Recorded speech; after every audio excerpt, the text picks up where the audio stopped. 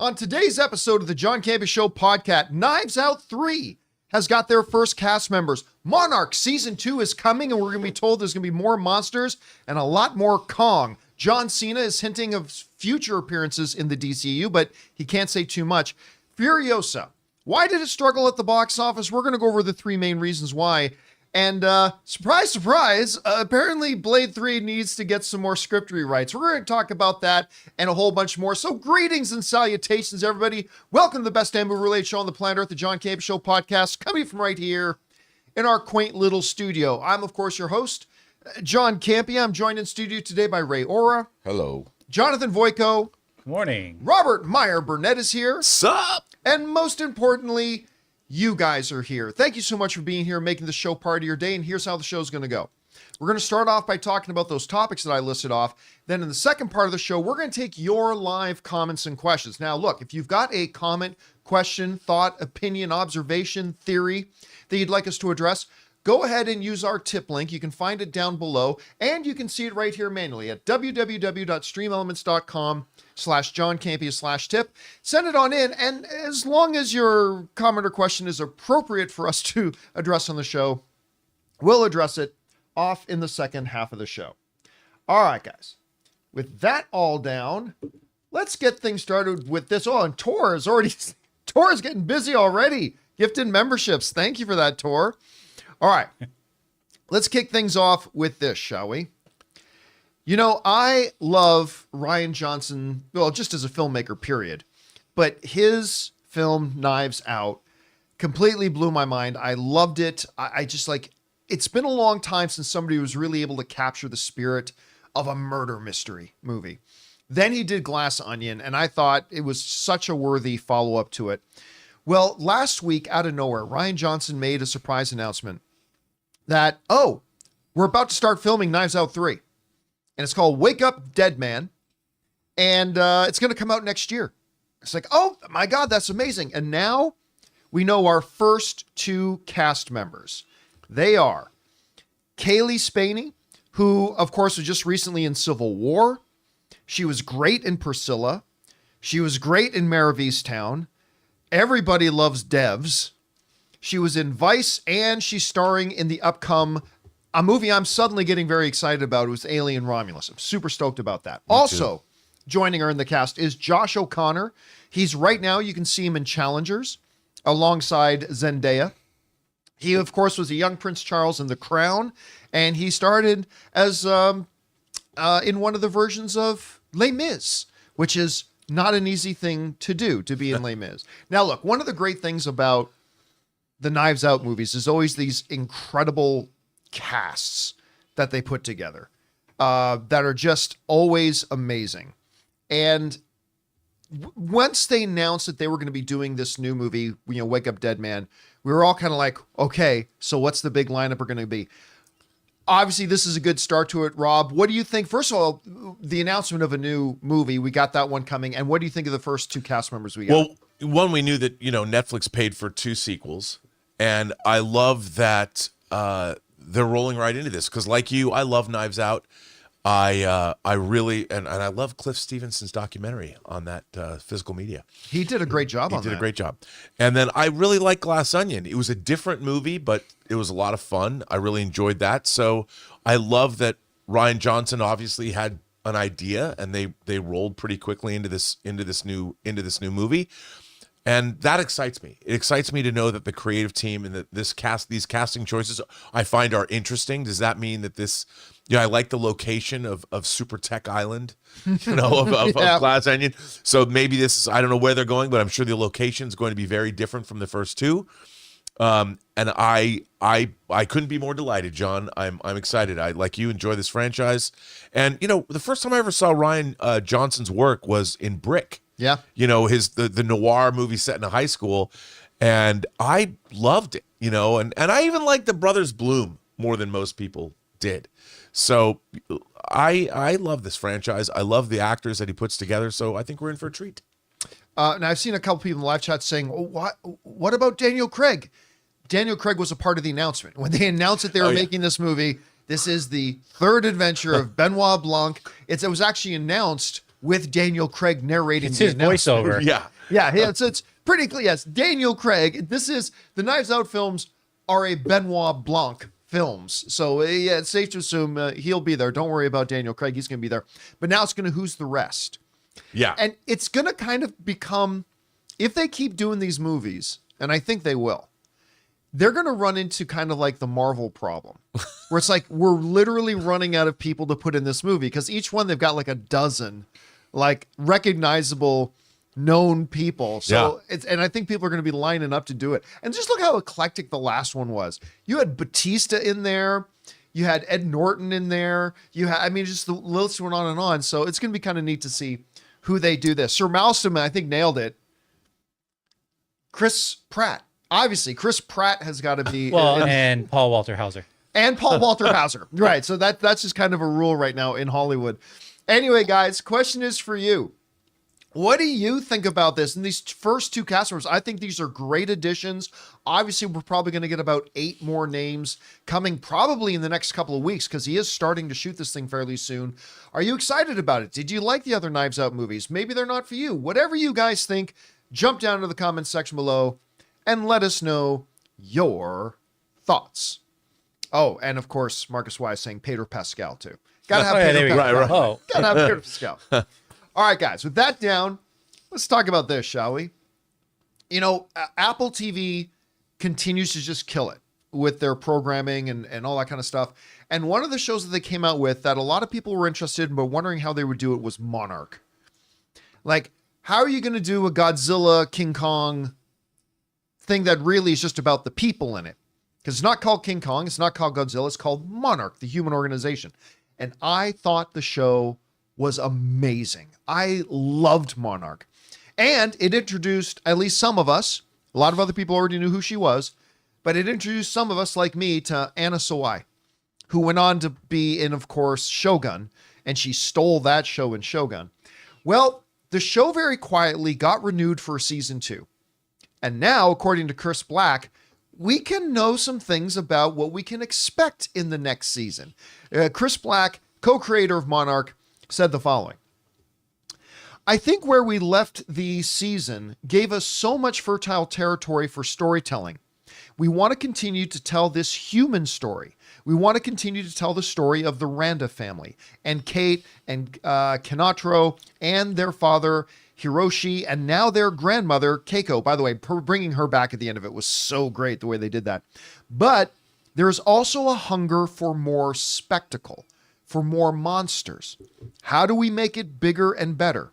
We reveal Kong at the end of the first season, so there's going to be an expectation you're going to see more of Kong that we want to deliver on. All right. So I have chills right now. I'm already having chills. Okay, first of all, I think it's important for a Monarch show to, like Chris was saying, I think this needs to be focused on the people. You know, we're often saying about the Godzilla Kong movies that we want more of the monsters. I think with Monarch, you do keep your focus on the people. That's what makes Monarch interesting. It's a story about the people living in this world. And I love the characters they made. I want to see the continuing of this. Obviously, they're going to find a way to bring Kurt Russell back. I think that's a no-brainer. You got to bring him back. But to mix that in with a little bit more a few more monsters, and to give us Kong. Now, of course, in the Godzilla Kong debate, I am Team Kong. Don't get me wrong, I love Godzilla, but I'm a little bit more of a Team Kong guy, so I got very excited to hear this. Listen, as long as Anna Sawai comes back, I'm good. But anyway, Rob, you heard about this. What's standing out to you? Why do the Americans have to ruin everything? I mean, enough Kong. This is a Japanese franchise. Kaiju are Japanese. I don't like the fact that the Americans are trying to bogart the big kaiju action. First of all, they made Kong bigger. Like, Kong wasn't that big, but now in Kong Skull Island, Kong's the size of a kaiju. Yeah, well, Godzilla never had half of his superpowers 50 years ago either. They just keep giving him more superpowers. Yeah, because Godzilla is awesome. Awesome. You just got to keep giving him more mysterious superpowers. And you know what? Let's talk about Mothra. Mothra. Come on, man. I mean, okay. I like Monarch like you did. I thought it was very cool. I really enjoyed it. Show. And I honestly liked the human characters. I liked the fact that Kurt and Wyatt Russell, that was really cool. How they did that was very well But done. I liked all the other characters as well, too. I mean, I'm being facetious, sort of. Because I'm a Godzilla. I'm Team Godzilla all the way. I mean, Kong is a lover, not a fighter. And the Americans keep trying to turn him into a brawler. He did knock Godzilla out in this newest movie. Well, yeah, and you know what? Not cool. I didn't like that. I it's like Godzilla would wipe the floor with Kong. Godzilla's like the older sister or brother who's just like, okay, we'll allow you to be who you are. It's okay. But, you know, I mean, Godzilla should be able to stomp on Kong, and it's really weird, and I get it.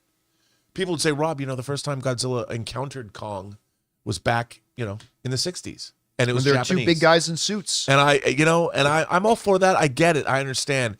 But, you know, that was just the Japanese being nice to us. And I feel that we are being not nice to the Japanese by overshadowing their great creations. But other than that, I'm excited to see the show. Really liked it. I enjoyed Monarch, and can't wait to see the new season. To be fair, season 1 clearly focused more on Godzilla. Oh, it did. You know, by the way, the Godzilla stuff in season 1 was great. It was great. Particularly the nuclear explosion scene. It's like, oh my God. I know. I really good. I did enjoy it. I just, you know, Americans are always trying to insert themselves where they don't belong. I'm It just is saying. an American show. Just throwing that out there. It is an American show. When they throw that Jaws aspect or like those shots where he's just like underneath the water in Monarch, it's just terrifying.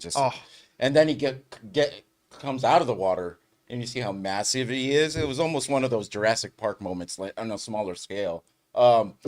This show, I think there's 2 episodes where it felt like fillers, but when you got to the end, For sure. those episodes added to that. Oh yeah, the they impact of the became end. I like actually completely visited important. yesterday. So like I could probably count maybe 1 or 2 where I said, "Oh man, there's nothing here. There's nothing here." But then when we finished it, You I was found like, out it was vital. there was something there. Yeah. It led to that buildup, which was great. I love this show. I cannot wait. It's just- Kong, Godzilla, doesn't matter. When we get to season 2, everyone either needs to decide in episode 1, are you on board or are you going home? Make your decision, and then let's be done with that. Because I move past that binged part. it yesterday. I'm on episode 9 now. I got to pick up, and I'm kind of sick of. I'm going home. I want to leave. Okay, I'm back in, but only for this person, but not for that person. I'm going home. Well, okay, I'm back. Well, I'm going home. Now it's a very, very. I mean, listen. None of us have faced the kaiju You're in or you're problem out. in our lives. I mean, you know, maybe we'd. Go I don't know. back I've and had forth some a little bit. girlfriends. I've had some girlfriends.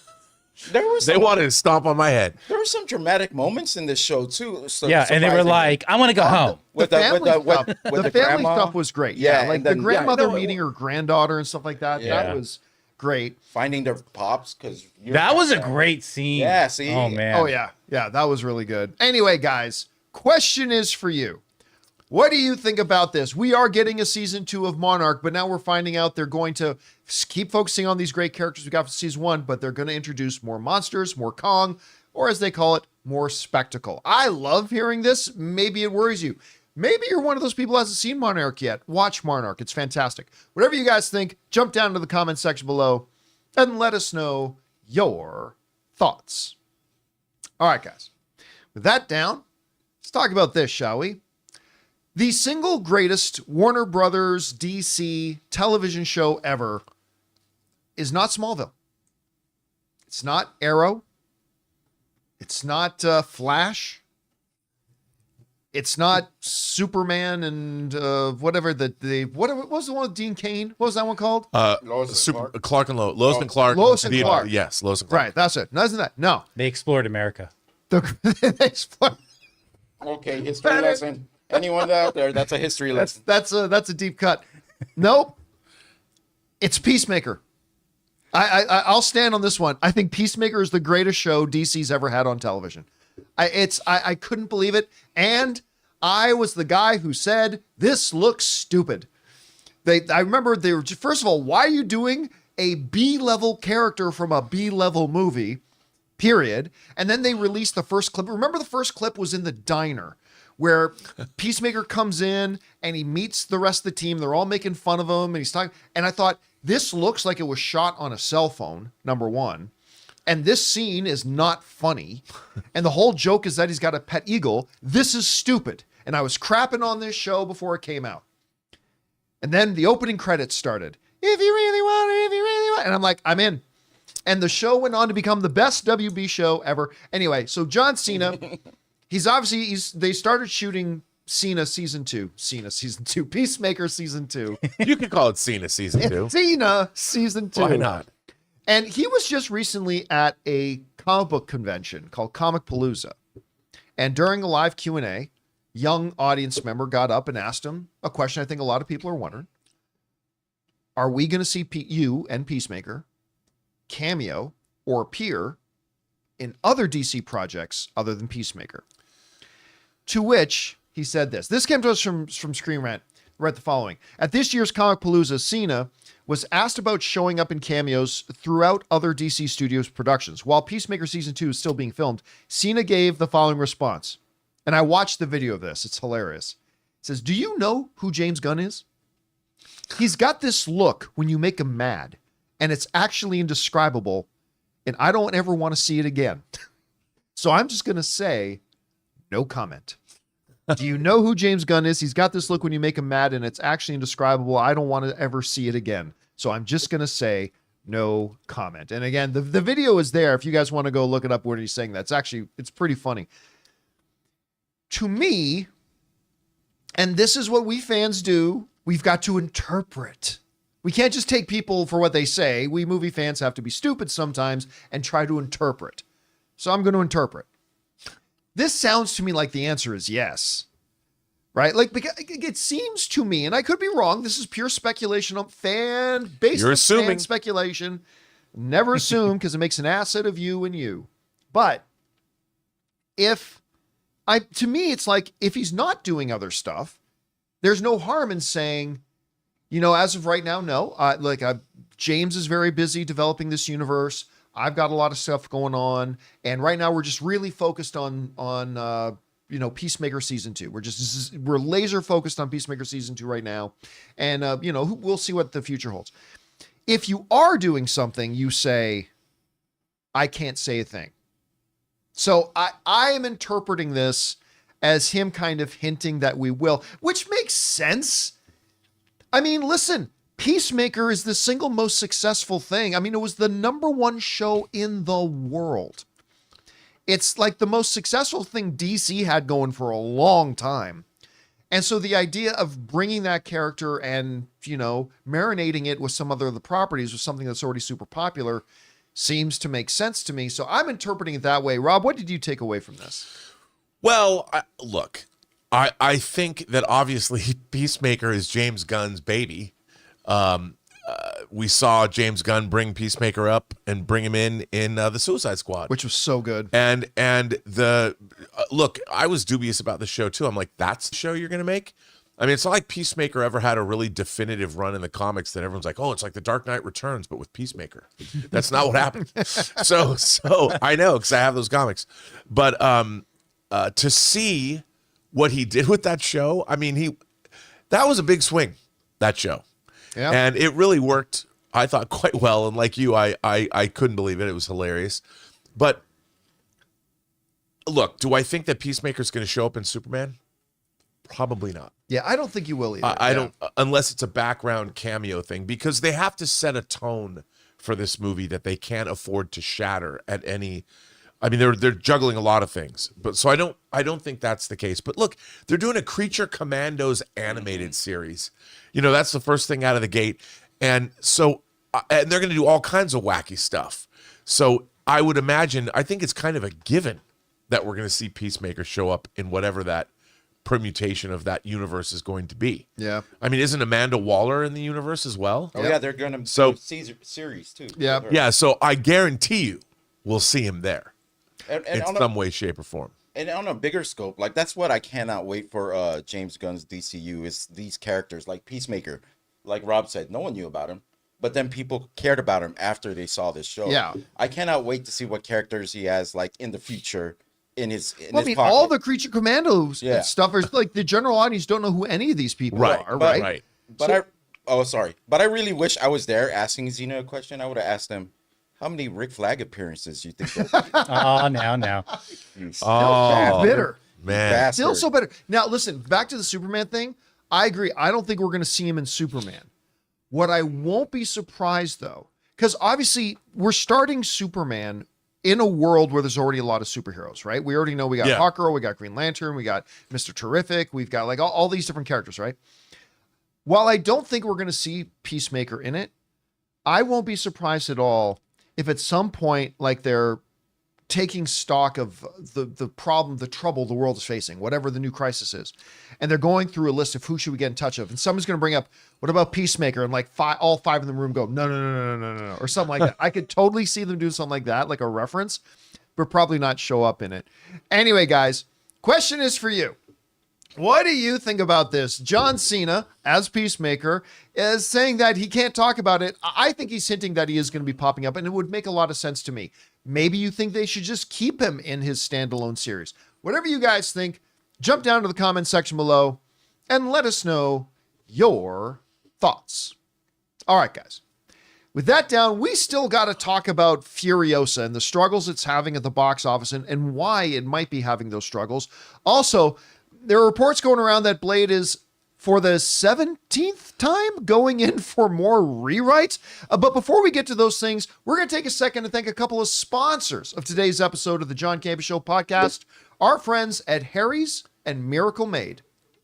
Guys, we want to take a second to thank a sponsor of today's video, Harry's. You know, guys, in order to start the John Campea Show, I had to leave my high-paying corporate job in order to set myself up to be happier and enjoy more personal success. Because sometimes to get what you want, you have to challenge the status quo and blaze your own trail. And that's exactly what the folks at Harry's did. You see, at Harry's, they saw customers getting ripped off by questionable products in the shaving industry and decided to do something better. Harry's decided to pave their own road by making beautifully designed razors for a fraction of the price of the other big brands. Exceptional products, honest prices. That's Harry's. I have fallen in love with Harry's, from their foaming shaving gel that feels just luxurious on the skin to their incredible razor that feels just as good in the hand as it does going over your skin. They've got rich, lathering, skin-softening body wash in scents like redwood, wildlands, and stone. You see, Harry's provides German-engineered blades made in their own factory that stay sharp longer. You can get a 5-blade razor, weighted handle, foaming shave gel,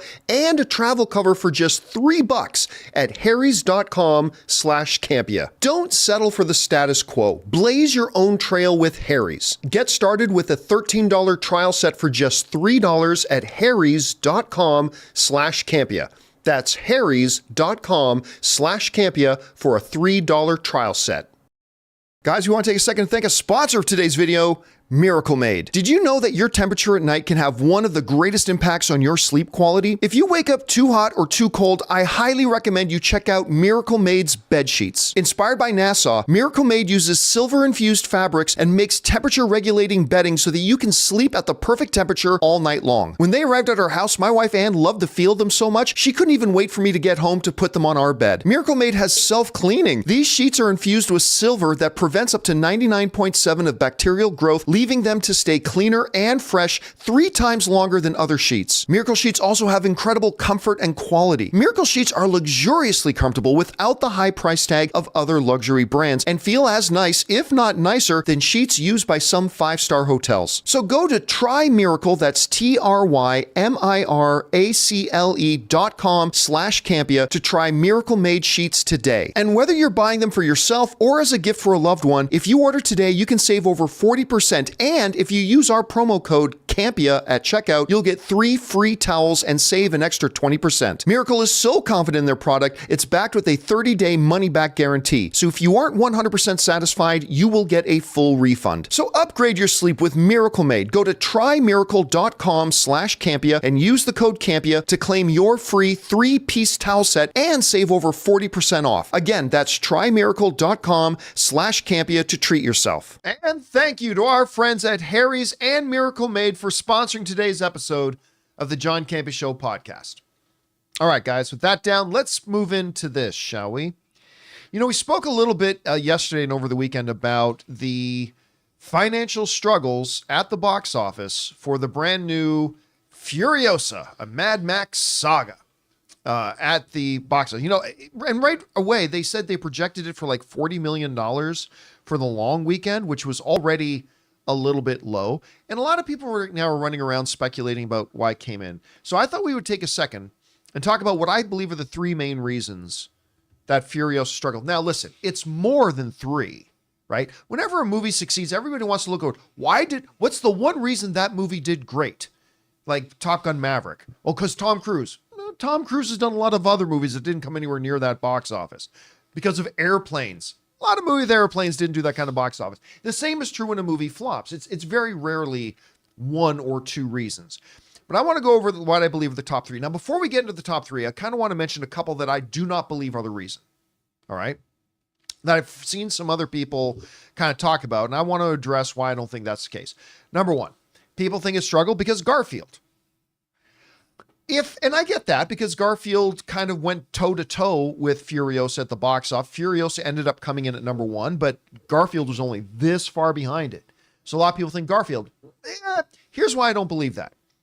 If Garfield had made $75 million opening weekend, then I would say, oh yeah, it ate up a lot of the potential box office.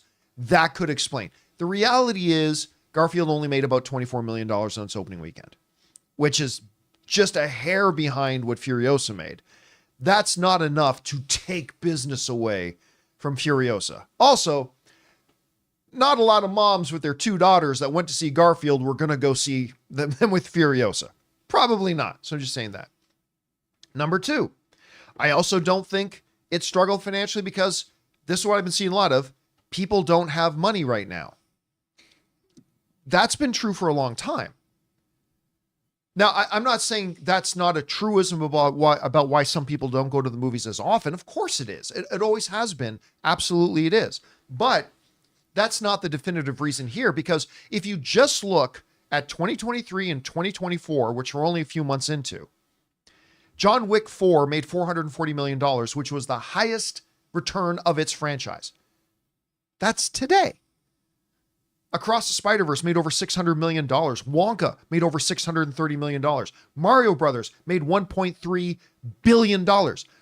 Barbie, for heaven's sakes, made $1.4 billion. Godzilla x Kong was one of the highest grossing of its franchise with $566 million. Also, Kung Fu Panda 4, one of the highest grossing of its franchise, made well over $500 million.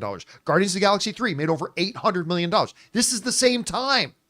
This is just all within the last 14 months. So again, obviously, for everybody, how much money you have will determine how often you go to the movies or not. But considering we're in the same window of time that all these other movies were able to make huge amounts of money, I don't believe that's the reason that people didn't go to see Furiosa. I'm sure some, just why some people didn't go see Barbie, some people didn't go see Wonka, some people didn't go see Dune, which also made over $700 million, by the way.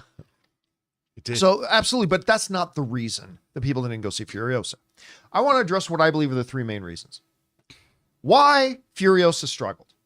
All right, point 1. At the end of the day, this is a prequel to a 9-year-old movie. You are already limiting your potential audience. Okay, because first of all, your movie is only available and accessible, at least on its surface, to people who saw the other one. I mean, right there, you have by definition limited and put a ceiling on how many people could even possibly come see this movie, because anybody who didn't see that other movie from 9 years ago probably won't even know who you're talking about. So that was one. I think that was an important one. You know, we were talking about Dungeons and Dragons, about how like Dungeons and Dragons was a fabulous movie, actually. But so many people wrote into our show to ask before the movie came out, can I even go see it? I don't play Dungeons and Dragons. A lot of people already felt excluded from seeing Dungeons and Dragons. And I think that was true of Furiosa as well. Which leads us into point 2. And this is a point I made last week, but it should be brought up again for this discussion. It's a prequel to a 9-year-old movie that not many people saw. This is a little factoid that make people do a double take. Fury Road made less money at the box office than Black Adam. I want you to think about that. Marinate on that for a second.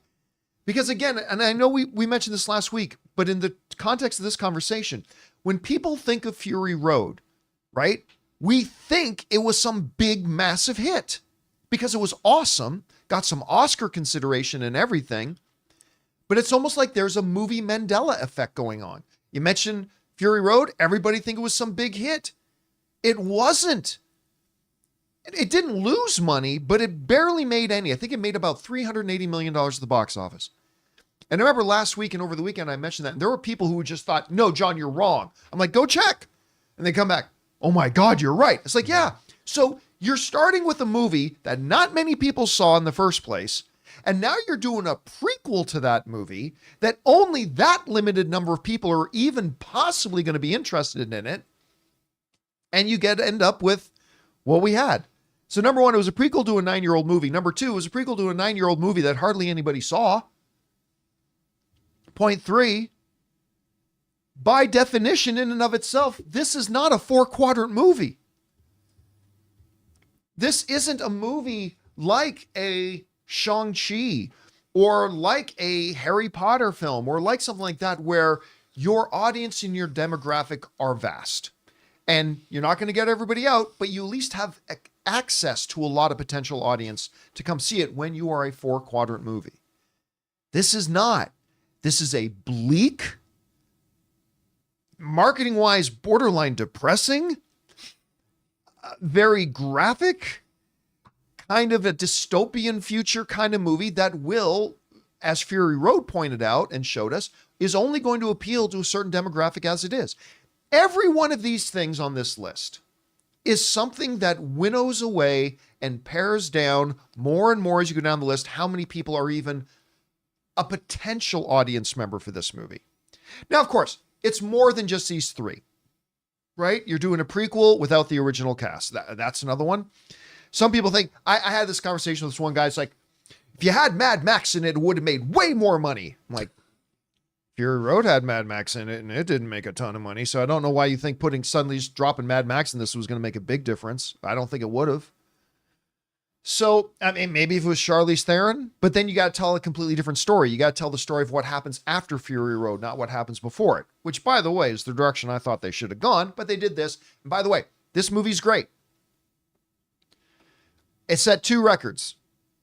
One record, worst opening Memorial Day in 3 decades. And it set a record for the highest audience score of any Mad Max film. How crazy is that? Highest audience score of any Mad Max film, but also the lowest opening Memorial Day weekend in like 3 decades. All in an era when we have Barbie making 1.4, Mario making 1, Oppenheimer making almost $1 billion, Dune making over $700 million, Guardians making over 800. This is all in the same era. This is all in the same window of time. And this thing made $26.5 million in its opening weekend. A little over $30 million if you count the 4-day weekend. Anyway, Rob, we didn't talk about this beforehand. No. I think there are a plethora of other contributing factors to this thing not doing as well. Sure. But a prequel to a 9-year-old movie, a movie that a lot of people didn't see, and it is a 1-quadrant movie at best. I don't know. If I were somebody to come up to you right now and say, you know, why do you think Furiosa did as badly as it did? Well, I think you nailed a lot of the reasons, but I also think that one of the things that I would have done in marketing this film is not tie it to Mad Max. If people know, they know. Furiosa is a cool title, but I also think, you know, if you think about it, Mad Max started in 1979, and the 3 movies, Road Warrior, or AKA Mad Max 2, and Mad Max Beyond Thunderdome. Beyond Thunderdome came out in 1985. Yeah. And then Fury Road was 30 years later. And I love George Miller. I think he's a fantastic filmmaker. He's made wonderful movies that are non-Mad Max films like Lorenzo's Oil. He directed Witches of Eastwick. Happy Feet, who's the producer on, and Babe, Pig in the City. Yep. And then he directed the sequels to both of those movies. And he's an amazing creative filmmaker. But this film and the entire Mad Max franchise has always been, it's not like this American zeitgeist movie. It's like when Warner Brothers, as much as I love Blade Runner 2049, Blade Runner was not a hit. Blade Runner is a cult movie at best. And I think what's really interesting about these films, and as much as I think, look, Fury Road was one of the greatest movie-going experiences of my life, to be honest, on my birthday, at the Chinese, gigantic. But these movies are niche. They're cult movies. They were always cult movies. Mad Max was a cult movie, and Road Warrior was a cult movie. Yeah. And like they've tried to turn these. I mean, I understand you spent $160 million on this film, but it's like, for whom? Where? These movies were never, like you pointed out with Fury Road, giant hits, and yet they act like, oh my God, in our circles these movies are revered, but the general audience doesn't know. And when you, like you said, you pointed out it's been 9 years since Fury Road. Well, even Fury Road is not a gigantic monster hit. These are niche cult movies that are very expensive. And, you know, I would even go so far as to say we're seeing that a lot, like this over-reliance. And look, man, I love this movie. I'll be honest. I think it's wonderful. I'm an easy lay for Mad Furiosa is a Max. terrific movie. I mean, I enjoyed this movie so much, and I love that. To me, it's the Mad Max Beyond Thunderdome of the reboot, which is a movie I didn't love when I first saw it, but I've grown to love it over the years. And so, like, this idea that Hollywood can only spend money on IP. Like this summer, we're seeing, as much as I enjoyed Kingdom of the Planet of the Apes too, and we're getting Alien Romulus. It's like Hollywood must make new material. You know, but when they do, it bombs. Well, that's the thing. Like new materials coming out all the time, and I know, but I mean, the studios have to start thinking John Wick wise. Let's make $20 million, $25 million movies that people 100%. Haven't seen before. Yep. That's the 100%. And this idea that you're going after these $1 billion, we're gonna make $150 million movie to make $1 billion. This is not entertainment thinking. This is Wall Street thinking.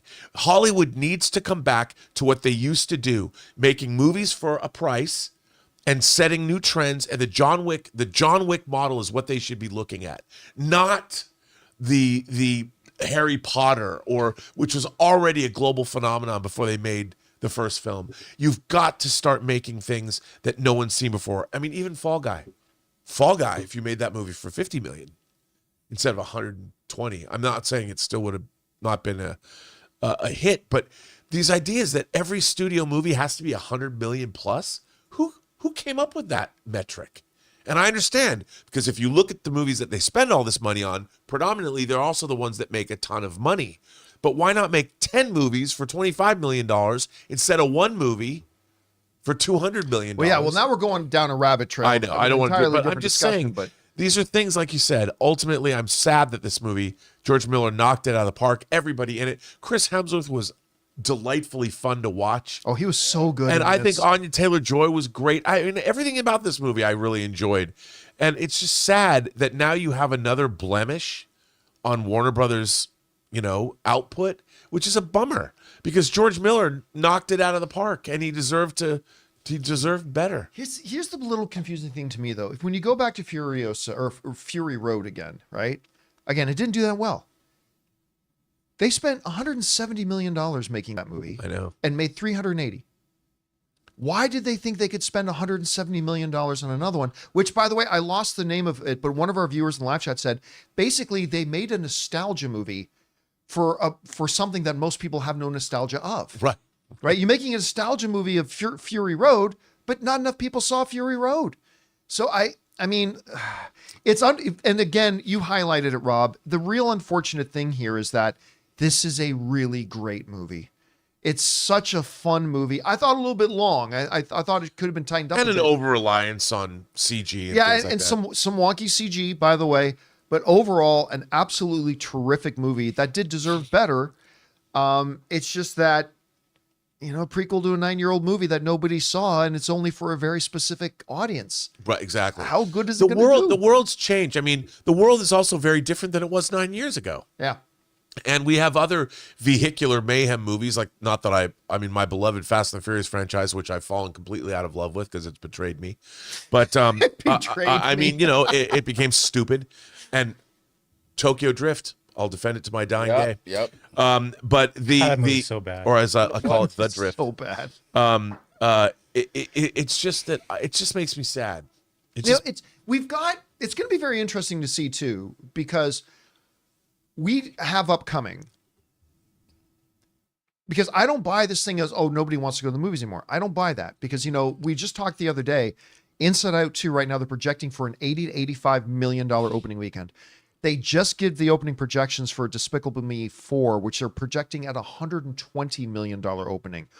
Who knows how big Joker's going to be? Who knows how big Bad Boys is going to be? They're projecting Bad Boys for like a $50 to $60 million opening for that movie, which would be insane. What you going to do? It would be insane. And then Deadpool, Joker. I mean, we're going to have to see how the rest of it does. But these are also franchises that are part of this generation. Whereas Mad Max goes back to the 70s. You know, and I think that they're all movies that have wider appeal. Yeah, absolutely. But, you know, people saw Joker when you're probably a teenager when you saw Joker. Now you're still in college or something. You're just out of college. They're of today. And I think that's also important. Then again, when did the first Bad Boys come out? It was 90 something. Yeah, we're getting into the decades old there now. Anyway, guys, question is for you. Clearly, it is not as simple as just 3 bullet points. There's other factors as well. But I also believe there's some factors some people bring up that I think are demonstrably kind of not the case either. And whatever you think about it, jump down to the comments section below and let us know your thoughts. All right, guys.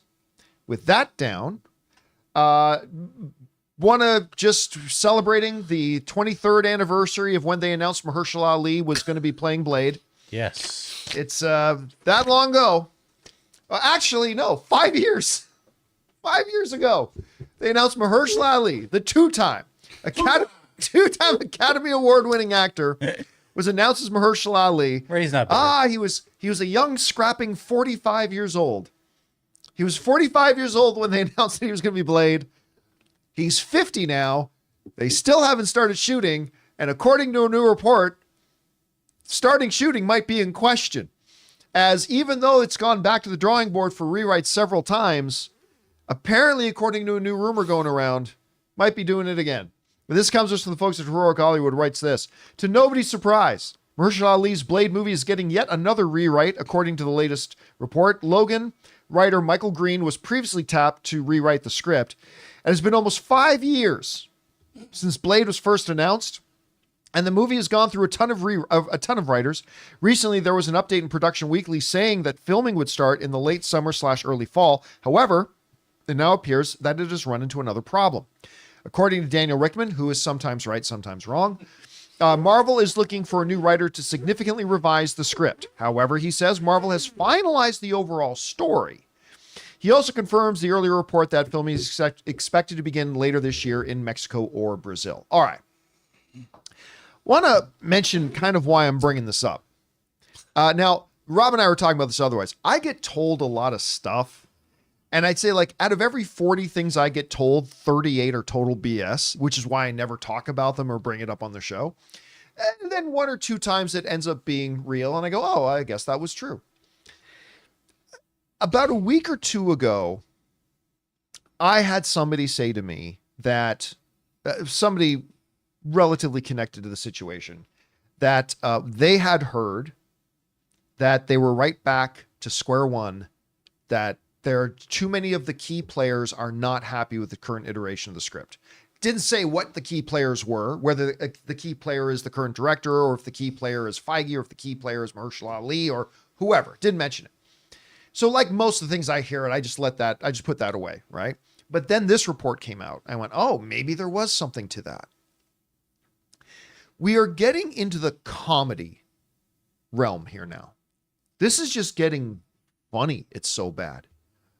5 years. Now, granted, in these 5 years, there was a little actor's strike. Then there was a writer's strike. Understand. But there's a crap ton of movies from 5 years ago that were able to go into production, get made, have been in theaters or out of theaters, and have been on streaming for 18 months already. Right? This has been a problem. And granted, Marvel's also been through other upheaval. They changed CEOs. They reevaluated their entire release strategy. But they kept saying they were doing Blade. We had a guy who was 45 when they announced it. He's 50 years old now. And I'm actually going to say a couple things here. Number one, this might not be that bad.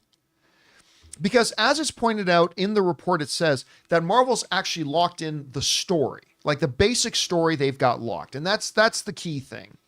And if they're tightening up the script and rewriting things, that just means you're reworking scenes and you're reworking some dialogue, but your overall story's there. If that's true, then maybe they're not in as bad shape as it seems. But I am now at a point, something I have denied before, I didn't believe it before, but I am now at a point that I'm going to say this. I do not believe Mahershala Ali is going to be Blade. I think within the next 2 months, we are going to get the infamous scheduling conflicts, which actually, I shouldn't put quotes around it. It's probably going to become a truth. Like there's probably going to be a scheduling thing because this guy can only put his career on hold for so long. And and again, I have no insider information on that. Nobody's told me Mahershala Ali isn't going to be, so just kill the headlines right now. I'm just saying, as a fan, I think I'm at the point now that I just don't believe Mahershala Ali is going to be it. I think at some point he's going to go, you know what, guys, it's been fun. I've waited 5 years. I'm going to go do something else. God bless, peace out, and go. I just don't think it's going to happen anymore. I think the movie will still happen in, 2043. I think 2043 is probably a good target. 2043 will get Blade. I'm at the point, and I hope I'm wrong. And again, I'm probably wrong. Nobody's telling me this. I'm just saying, Rob, I just don't even think he's going to be Blade anymore. I think this has become a mess of comical proportions. And granted, this has got roots with a lot of problems. Anyway, you hear about this. What's your first reaction to it?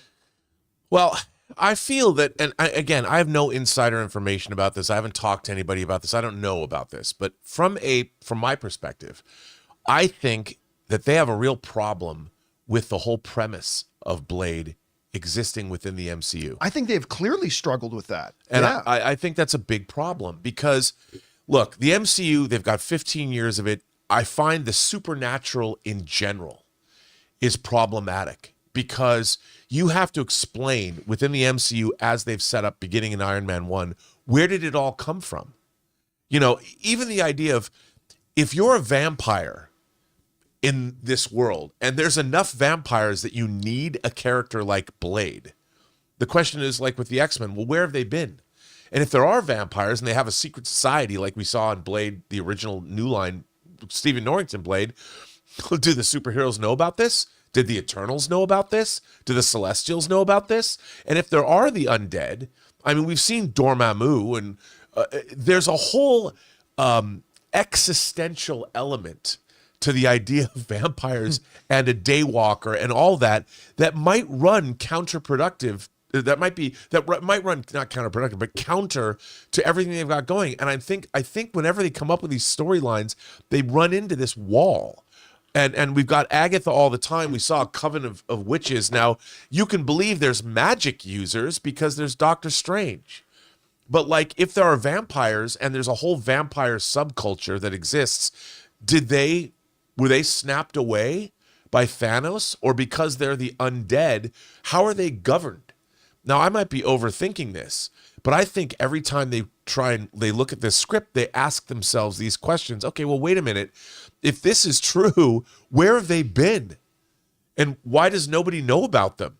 Do the mystic arts people over and do the people over there, do they know vampires exist? And if vampires do exist, do they have a problem with them? And in this world, are they just considered mutants? Again, I think I know this seems strange to say, but I think that's probably one of the big problems. It's like, how do you make a Blade movie in this universe that we've already seen exist for this long? I don't know. I've got the answer, by the way. I got the answer to the problem. No, Mahershala Ali's getting older, probably wanting to move on at this point. I got the answer to all your problems right here. Right here. Take a look. Sticky fingers, ladies and gentlemen. Bring back. Let's start the hashtag. I want this to become a worldwide movement. Justice for Sticky Fingers. Bring him back. He's our Blade. You got to explain that there was a Blade TV series. Yeah, for those you don't know, there was a Blade TV series with Sticky Fingers as Blade. You know what? You know how you beat him? I didn't hate the show. I didn't either. I didn't hate the show. I didn't either. What's that, Ray? You know how you beat him? Put that picture back up. Oh, yeah. You just have to shoot him in the tattoo. That's the only part that's really not covered. Just shoot him in the tattoo, and I you're have all no idea. you're Yeah. all good and ready to go. This is bad news. This is unfortunate. Are you losing hope, Ray? Because nobody's I'm not. more Hearing excited I'm than not. you for this. I'm not. It's just one of those things where it's like, what else is new? When are you ever going to get It's positive almost news, becoming right? normal. This news, it's almost becoming normal. It's to the point where it's kind of like if it comes out, it comes out. It's not. It's the what they're doing here is roller coaster of excitement to really, like, you know what I mean? It's kind of like after you do that a couple times, you kind of get over it and just wait for it to come out. You know what it's reminding? You know what the life cycle of this is reminding me of? This is going back a bit. The life cycle of this movie is eerily similar to me of the Halo movie that Peter Jackson was going to produce, and Elysium director Neil Neil Blomkamp. Blomkamp. Neil Blomkamp was going to direct the whole. Like, seriously, if you go back and watch the lifespan of that movie and what happened, the ebbs and flows, it's eerily familiar to this. And of course, we all know what happened to that project. Eventually, it just died, and they didn't do it. Here's a thought. Remember the last what was the last video game showcase where they showed that teaser of Blade, the Blade game? Oh, we're at the Video Game Awards. Oh, that looked that's great. gonna come out before. Yeah, this that movie. game is going to come out before. That game that they didn't even start developing till like a year after they announced this movie is going to come out before this movie does. You know what else, John? I was just thinking. So there was a pretty good miniseries during the Hickman era of X-Men. That was it was Avengers, X-Men, and Eternals. And in Eternals, I remember that one, yeah. Yeah, so the Druig of the Eternals decides, well, now that the X-Men have defeated death, now that they can be resurrected, they've become deviants. They've gone too far. So the Eternals like, we have to destroy the X-Men. It's time. They're too. So in a world where the Eternals exist, how come they didn't take care of vampires? They're busy. Could be. Very busy. I'm just saying, I mean, there's a lot of questions I have as a Marvel Comics fan. In-universe questions. And I also brought this up before. Why don't they just make this a one-off? You know, do you ever see it just turning into Because Marvel a one-off? doesn't do that. Yeah, but I mean, I've been saying literally for 5 years, I've been saying I wish that Marvel had the testicular fortitude to do what DC did by creating what ifs and like one-offs, right? That aren't beholden to the overall cinematic universe. And they did it with everybody poo-pooed on it. Everybody said, oh, it'll never work. And then they did the Joker movie, made $1 billion, nominated for Best Picture, and won Joaquin Phoenix an Academy Award. It can work. I would love to see them do, even if it was something like a Blade, just say this is in a Marvel universe, but this is an Elseworlds kind of a movie. I would love that too. But I'll take it in the regular cinematic universe. You know, maybe their explanation for Vampires, Rob, is going to be the same that the explanation that you propose for X-Men. Vampires have always been there. They've just been very good at keeping their whole existence a secret. Yeah, the Eternals, I guess, didn't know. The Eternals, yeah, they didn't know. Yeah. But the Eternals didn't know about the mutants, you know? I mean, well, they weren't deviant enough. But vampires, undead, that's pretty deviant. They kept it really secret. They're very good at keeping it secret. Or maybe vampires are descendant of Eternals. I don't know. Could be. Maybe the lead robot. vampire is an Eternal that we just don't know about. Also a robot. Mm-hmm. Android. I don't know. A celestial. I look. It's just at this point. I wonder. Just wondering. I'm not saying this is the case. I wonder if this is one of those things, like the Rian Johnson's new Star Wars trilogy, that nobody's come out and said, "Oh yeah, that thing's been axed," but we all know it's already been axed. They're just not coming out and saying we axed this thing. Part of me wonders if that's what's going on with Blade. But what does that story say they're planning on shooting, or it's still planned to be shooting? The rumor is that they're still planning to start shooting later in the year, fourth quarter of this year. Okay, because I was about to say, if we don't get like a teaser or something by the end of the year, then I'm going to agree. Well, they won't even be. They'll even if everything goes Yeah, right, I they'll know, only I know. start shooting by the end of the Yeah. year. We're definitely Oh my not getting God. a teaser by the end of the year. And the next year. I mean, maybe the end of 2022. I told her end of 2042. I told you. Anyway, guys, question is for you. What do you think about this? I mean, listen, really, even if the rumor is true, tightening up a script or that they've already locked the story may not be that bad of a thing, and everything might be still smooth sailing. It's never been smooth sailing. And they're going to start shooting it this year. I certainly hope they do, and probably will. But I got to admit now, as a fan, I'm having my doubts. How are you feeling about it at this point? Maybe they should just cut their losses and move on and say, look, we got to refocus and maybe come back to Blade later, Ray. I'm not saying ignore Blade. Come back to Blade later. Maybe yes, maybe no. Question is for you guys. Be okay, Ray. What do you think about this? Jump on down into the comment section below and Ray. let us know your thoughts, with Ray being very, very upset about all this. All right, guys, listen, it's time for us to go on to the most important part of our show, which is taking your live comments and questions. But before we do, we're going to take another quick moment here and thank another sponsor of today's episode of the John Campea Show podcast, our friends at The Perfect Gene. Hey guys, we want to take a second to thank a sponsor of today's video, The Perfect Gene. Guys, are you tired of the rough and rigid jeans crushing your boys? Well, today's sponsor, The Perfect Gene, finally solved all of your denim difficulties. They make great looking, perfect fitting jeans that are as comfortable as sweatpants. The secret? A special denim fabric that is super soft and has the perfect amount of stretch so you can squat, do yoga, or just sit around all day without ever having to take them off. I'm going to admit I was a little bit skeptical because to me, jeans have always been jeans. They're practical, but not always the most comfortable. But I'm telling you guys, it's not an exaggeration. Once I put on these jeans, The Perfect Gene redefined what jeans can be to me. They're the perfect fit, they stretch, they breathe, and again, they're just insanely comfortable. So guys, it's finally time to stop crushing your balls in uncomfortable jeans by going to theperfectgene.nyc/Campea15. Our listeners get 15% off your first order plus free shipping, free returns and free exchanges when you use code Campea15 at checkout. Again, that's 15% off for new customers at theperfectgene.nyc/Campea15 and use the code Campea15. After you purchase, they'll ask you where you heard about them. Please support the John Campea Show and tell them we sent you. And thank you to our friends at The Perfect Jeans for sponsoring today's episode of the John Campea Show podcast. All right, guys, with all that down, let's get on to your questions here, shall we? Jonathan, what we got up first? First up, we've got just your average Jose. Regal downtown LA, 2 ticks to Furiosa matinee was $1.23 shy of 50. AMC Universal was over 50. I know these are outliers, but add in parking, concessions, spending gets close to 100 at this point. Can we justify people going to movies more than once a month? It's all, look, it's the same thing as going to a baseball game. You can go to a baseball game and get a reasonable ticket at a reasonable price, or I want to sit dugout and I want to get the premium parking and I want whatever. Like Ann and I were just looking at maybe going to another LA Sparks game because I went to go see Caitlin Clark play the other night. They're playing LA Sparks down at Crypto. And so Ann and I thought, let's go see another Sparks game. That was kind of fun.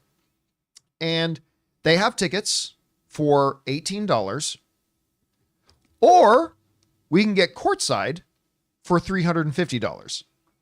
Anna's always dreamed of sitting courtside in Crypto, but I mean, to sit courtside at a Lakers game is like $4,000. So, I mean, so you have a choice, right? You have a choice.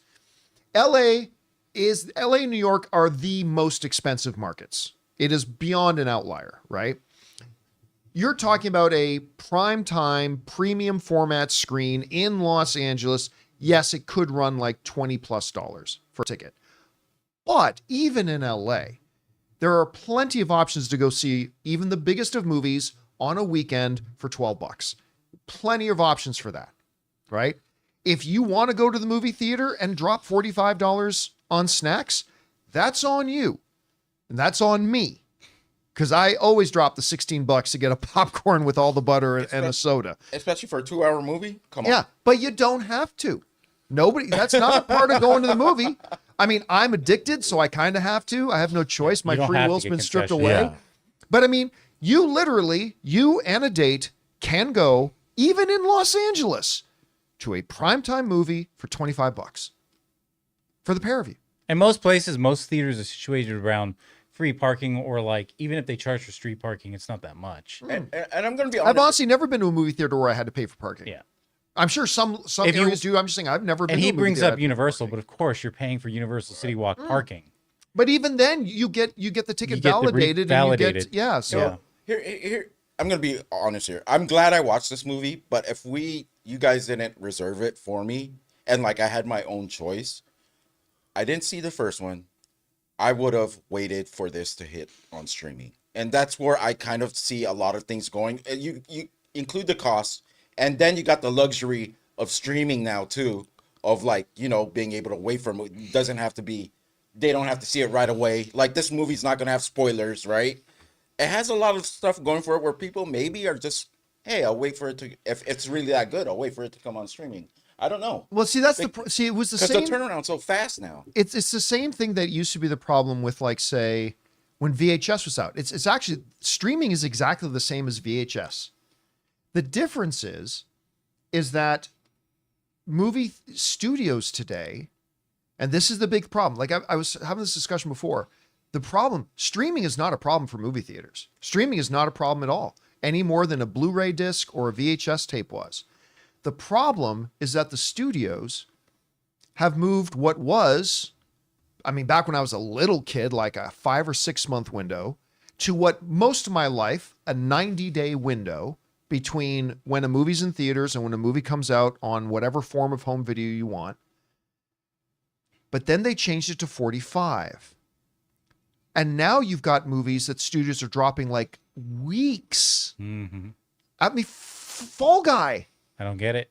Listen, we saw an advanced screening of Fall Guy at CinemaCon weeks before it came out, and it's already on home streaming, and we just saw that advanced screening in April. It's May. So it already went 2 more weeks before hitting theaters, hit theaters, and is now on streaming in a month. Well, it's like, that's what's killing it. Also, if these movies aren't earning what they need them to earn, there's interest payments the studios have to make, and they have to do whatever they can to get this money back. And they're just, I mean, no one wants to admit that the movie-going experience and the movie-going audience has changed. They're spending too much money on movies. They've ruined their own business model. And, well, and by having these shortened release windows, they're ruining it further because they are training the audience. They are conditioning the audience to believe, I don't need to go see this because I'm going to be able to see it in a couple of weeks. Madam Web. I mean, Madam Web would have been a good thing like that. Yeah. I mean, like, so they're conditioning the audience to do that. And here's the thing. This is ultimately going to kill the product. yes. Like, if you're somebody is. who's a fan of movies, guess what? Movies are going to get progressively worse with this model. In this model, there's no more incentive for the movies to be great. There's no more incentive to make a movie that people will want to go back and watch again and again. Once you remove that incentive, mark my words. Yep. I said this years ago about streaming television. It's like you're going to start seeing more and more shows get canceled early because they don't bring in new subscribers. And that's what's happening. Although we do have some fantastic television, but you're going to see the product get worse and worse and worse because it doesn't matter. It just doesn't matter if they make it good anymore. Do you think we'll ever get to a point where it's just like they'll just base what they show on screens based on pre-orders, where they won't even give a movie the screen time? Like, this is way, like, you know, let's say the pre-orders fill up a theater. They'll be like, okay, we'll show this movie in this auditorium. No, because you can't sell a ticket and then you can't sell a ticket and then say, oh, now we're not going to do the screening. Oh, right. Well, so, yeah. I mean, but anyway, but look, the bottom line is that, yes, if you want to be daddy moneybags and you want to buy the most expensive single ticket in the country, and if you want to spend $50 at the concession stand, and if you go to a movie theater that for some reason has paid parking, yes, that can all get expensive. But again, even in Los Angeles, you and a date can go to a movie for $25, which is less than buying one drink at the bar. So it all depends on how you want to have the experience, I suppose. All right, what's next? We got Killer Cool with a $20 tip. Oh, thank you, Killer Cool. John, been watching since AMC and the Philippines earthquake telethon. I don't always agree with you, like the Star Wars prequels, but you were simply the best movie TV commentator online. The best, brother. Well, yeah, that wasn't an earthquake. That was a tsunami. It wasn't a tsunami either. It was a typhoon. Typhoon, sorry. Yeah. That was great. That's we had Dave Bautista joined us on that, which was a lot of fun. Listen, you should not agree with me on everything. What's the fun if we agree on everything? The beautiful thing about movies is that it hits us all in different ways. The fun comes not from us agreeing. The fun comes in us in sharing our different experiences with the art. And so sometimes we're going to agree, sometimes we don't agree. Look, I've always said this, my job, and I try to tell podcasters, bloggers, YouTubers this all the time. My job and their job is not to convince you I'm right. And my job is also not to get you to agree with me. Nor is it my job to say things that you agree with. My job is simply to give my perspective, point of view, and context in such a way that it helps you understand my position and helps you understand your position even better, whether that position is the same or opposite than mine. Because if you come away from a discussion with me going, I disagree with you, and here's why, I have a better idea about why I disagree with you, then that's me doing my job. That's my job. It's not meant to be an agreement. Too many people only go to people that already say things that they already agree with, and too many content creators try to just say things that they think their audience want to hear. It's not the point. As movie fans, we're supposed to be having these fun discussions, and I'm glad you're part of it. All right, what's next? BK Dan says, John, you mentioned that you couldn't see marketability of a sequel to a 45-year-old film like Close Encounters of the Third Kind. I disagree. There was a market for a sequel to the 37-year-old film Maverick, and it made near $1.5 billion. You didn't listen to me very closely then, because I very specifically said that it's not. I didn't say it can't be marketable because it's an old movie. It's because of what that old movie is. That particular old movie, Close Encounters, yes, in hardcore cinephile circles, it's a revered film, but it does not have the pop cultural presence that a Star Wars does, that a Lord of the Rings does, that a Top Gun did. Like, it's just not the same thing. I did not at any point say, because this movie is that old, you can't do another one. That's not what I said. You know what's wild about that, John? I was having a conversation with somebody about E.T. E.T. at the time it came out was the biggest movie of all time. Yeah. People now, it's forgotten. I mean, it always works, and we remember things like that, but it doesn't have talk about pop culture footprint. I mean, for decades, you mentioned E.T., everybody knows what E.T. is. Now? I don't know, because they just did that Super Bowl commercial and everybody freaked out about it. I know. Remember that? But that's because the audience for the Super Bowl knows who E.T. is. Yeah, but most parents also show their kids E.T. Do they? Yeah. Do they? Yeah, unless they're crap parents. I Then, mean, listen, it is getting older. I mean that movie's that's- getting Sure, the of course they're stupidest thing getting I was going to say. That movie gets older every year. Really, John? Is that how time works? I mean, It's getting it's older. 42 years old. Yeah. Some people speculating that secret upcoming Steven Spielberg project coming in 2026. Some people are speculating it's an E.T. sequel. I don't think it is at all. I don't either. But I'd be there for it. Oh, dude, I totally would be too. Look, yeah. if a movie's good, but the thing about Top Gun is it's never really left the cultural zeitgeist. That's the thing. Close Encounters Gone. has been gone for a long time.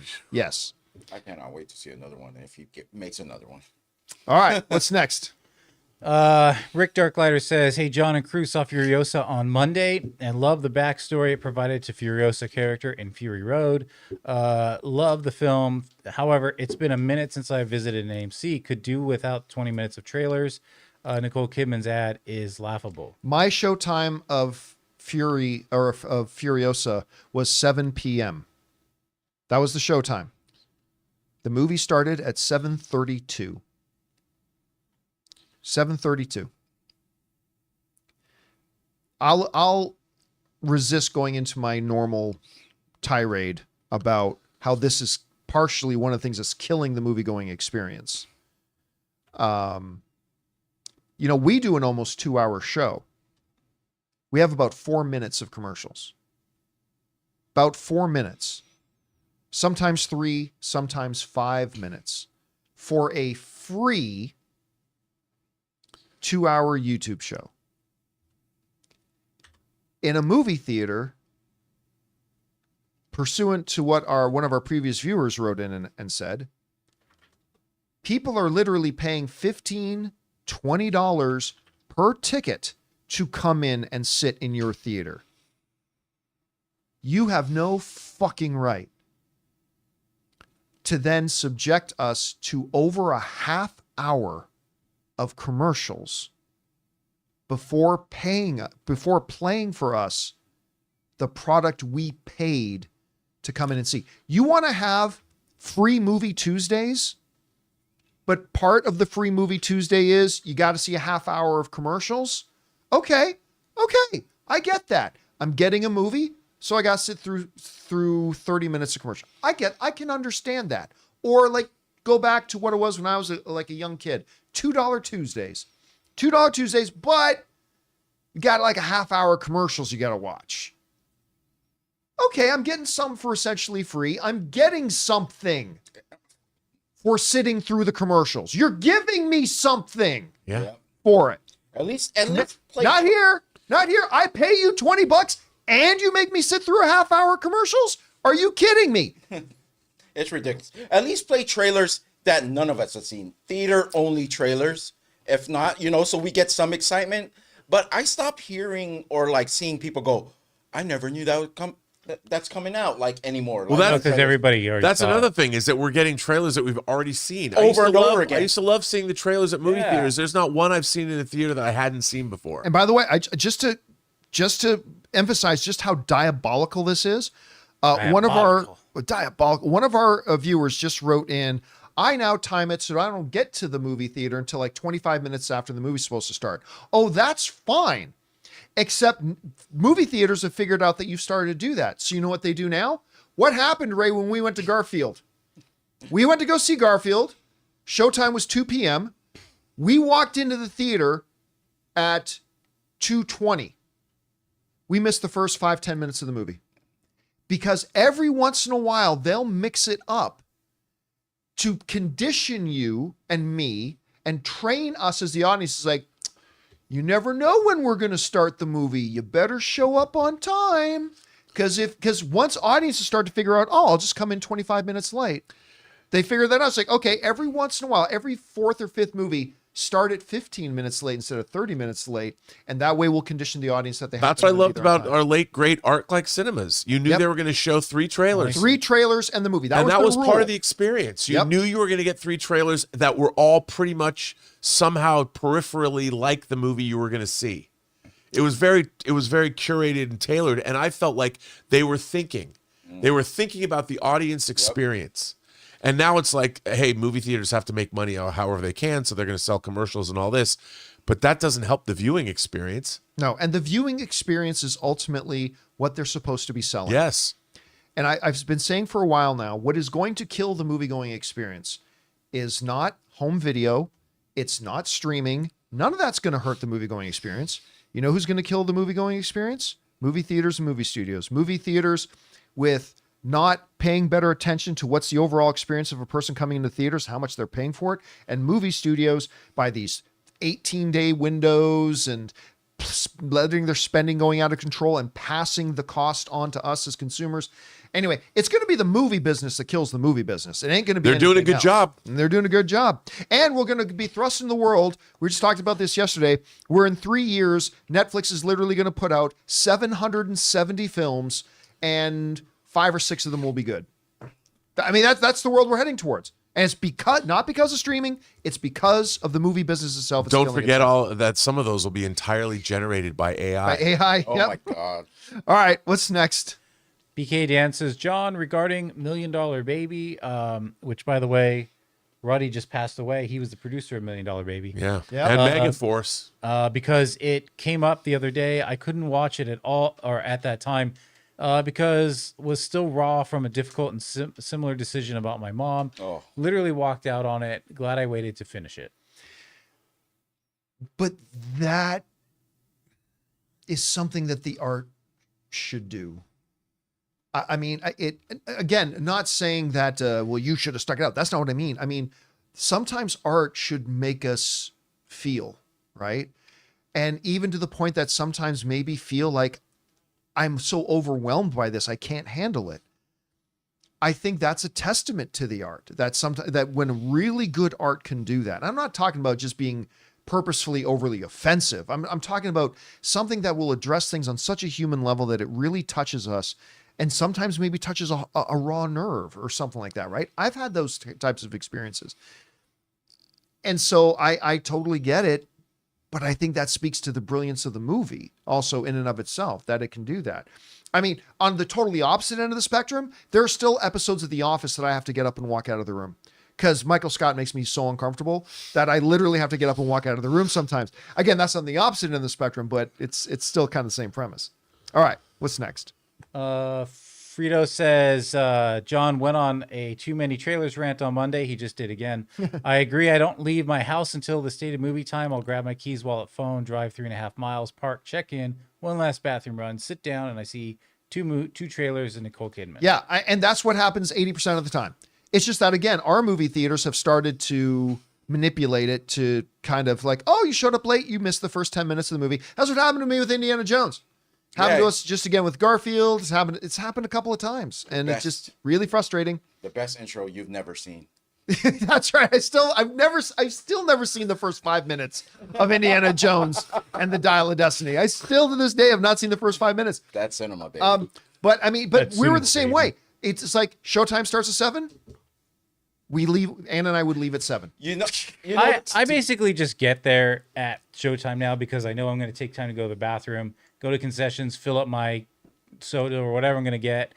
And that's kind of a compromise. It's like, I know I'm going to sit through a bunch of trailers, but I've sort of minimized a couple of them off. My problem is I finish my food before the movie starts, so they get a plus off me because I end up going back to the concession and getting something else. He does like that's what I try not to get start. I don't start on my food until the movie starts. Yeah, that's what I. But like that's what I Ray, plan. literally, like Nicole Kidman's on screen, I'm and done. Ray's starting to put his junk away. He's like starting to fall his junk. If I get like chicken tenders or something, I'm just eating them. But like, yeah. it's But hot. even the snack. But, like, stuff. yeah. I'm All already right. done. What's next? We still have a Lauren- lot to get to. Okay. Yeah, let's yeah. Lauren says, after hearing your suggestions about how to improve the theater experience, I want to share my own experience with Mission Impossible: Dead Reckoning.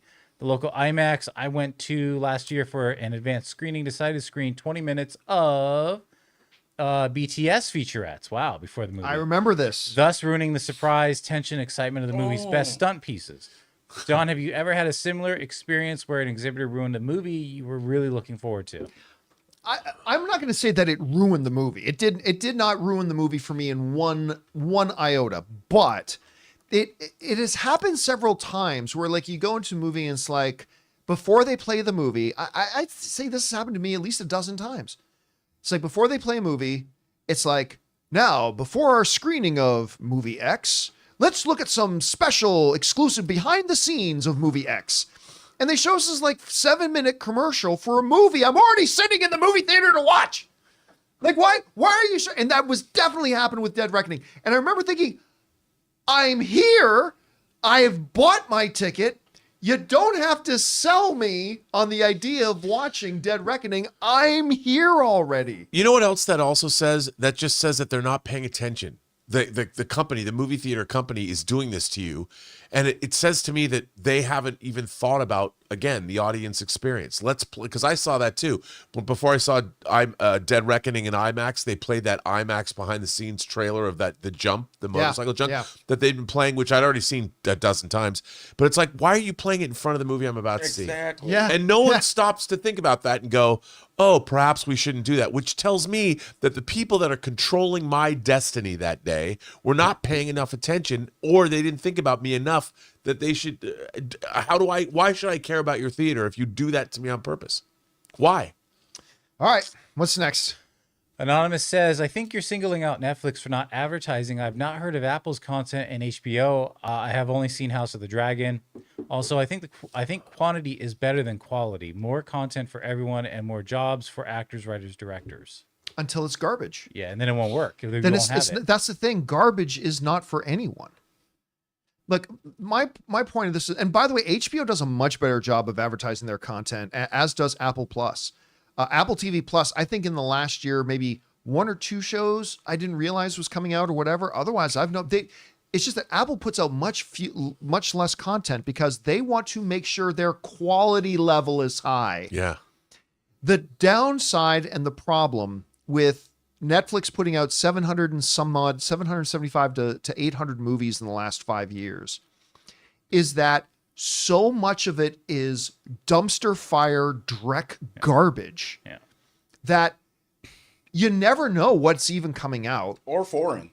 They get a lot of foreign stuff. It's not even backed up by Netflix. Yeah, but here's the thing. Every once in a while, what they've done is they've created a system where When 98% of your movies are total dog shit, then it's not my fault that my assumption whenever a new Netflix movie is coming out is that I don't have to watch it because it's probably dog shit, right? When you put out so much crap, and then every once in a while, when you get a really good little movie like, say, an Always Be My Maybe or Old Guard or movies like those that I actually do like, they're lost as a needle in a haystack of crud.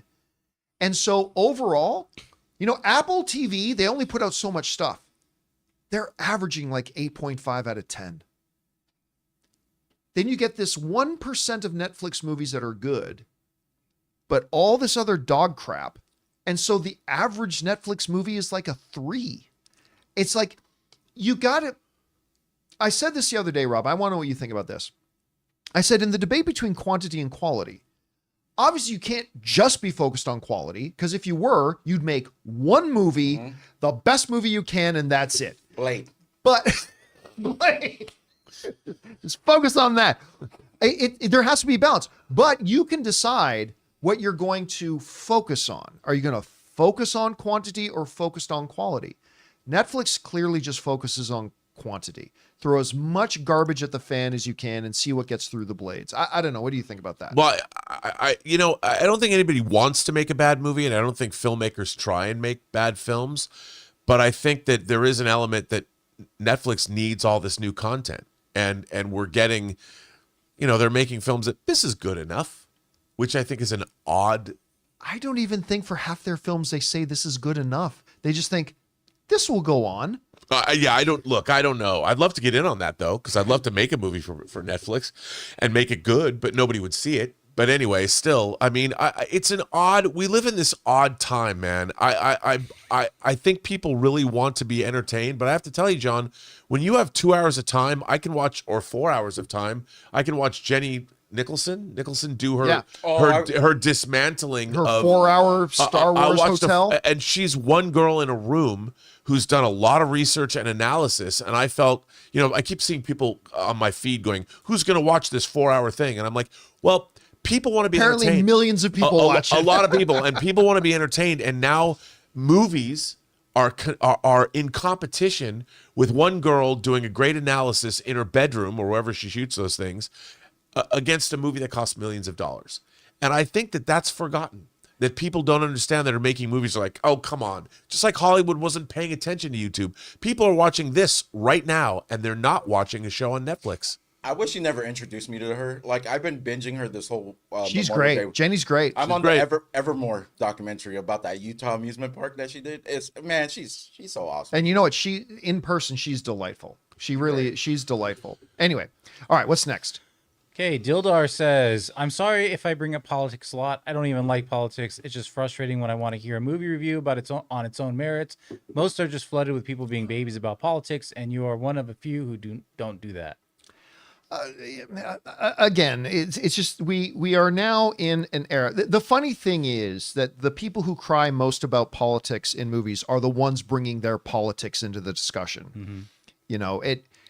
Filmmakers are out there just making movies about their view of the world they live in.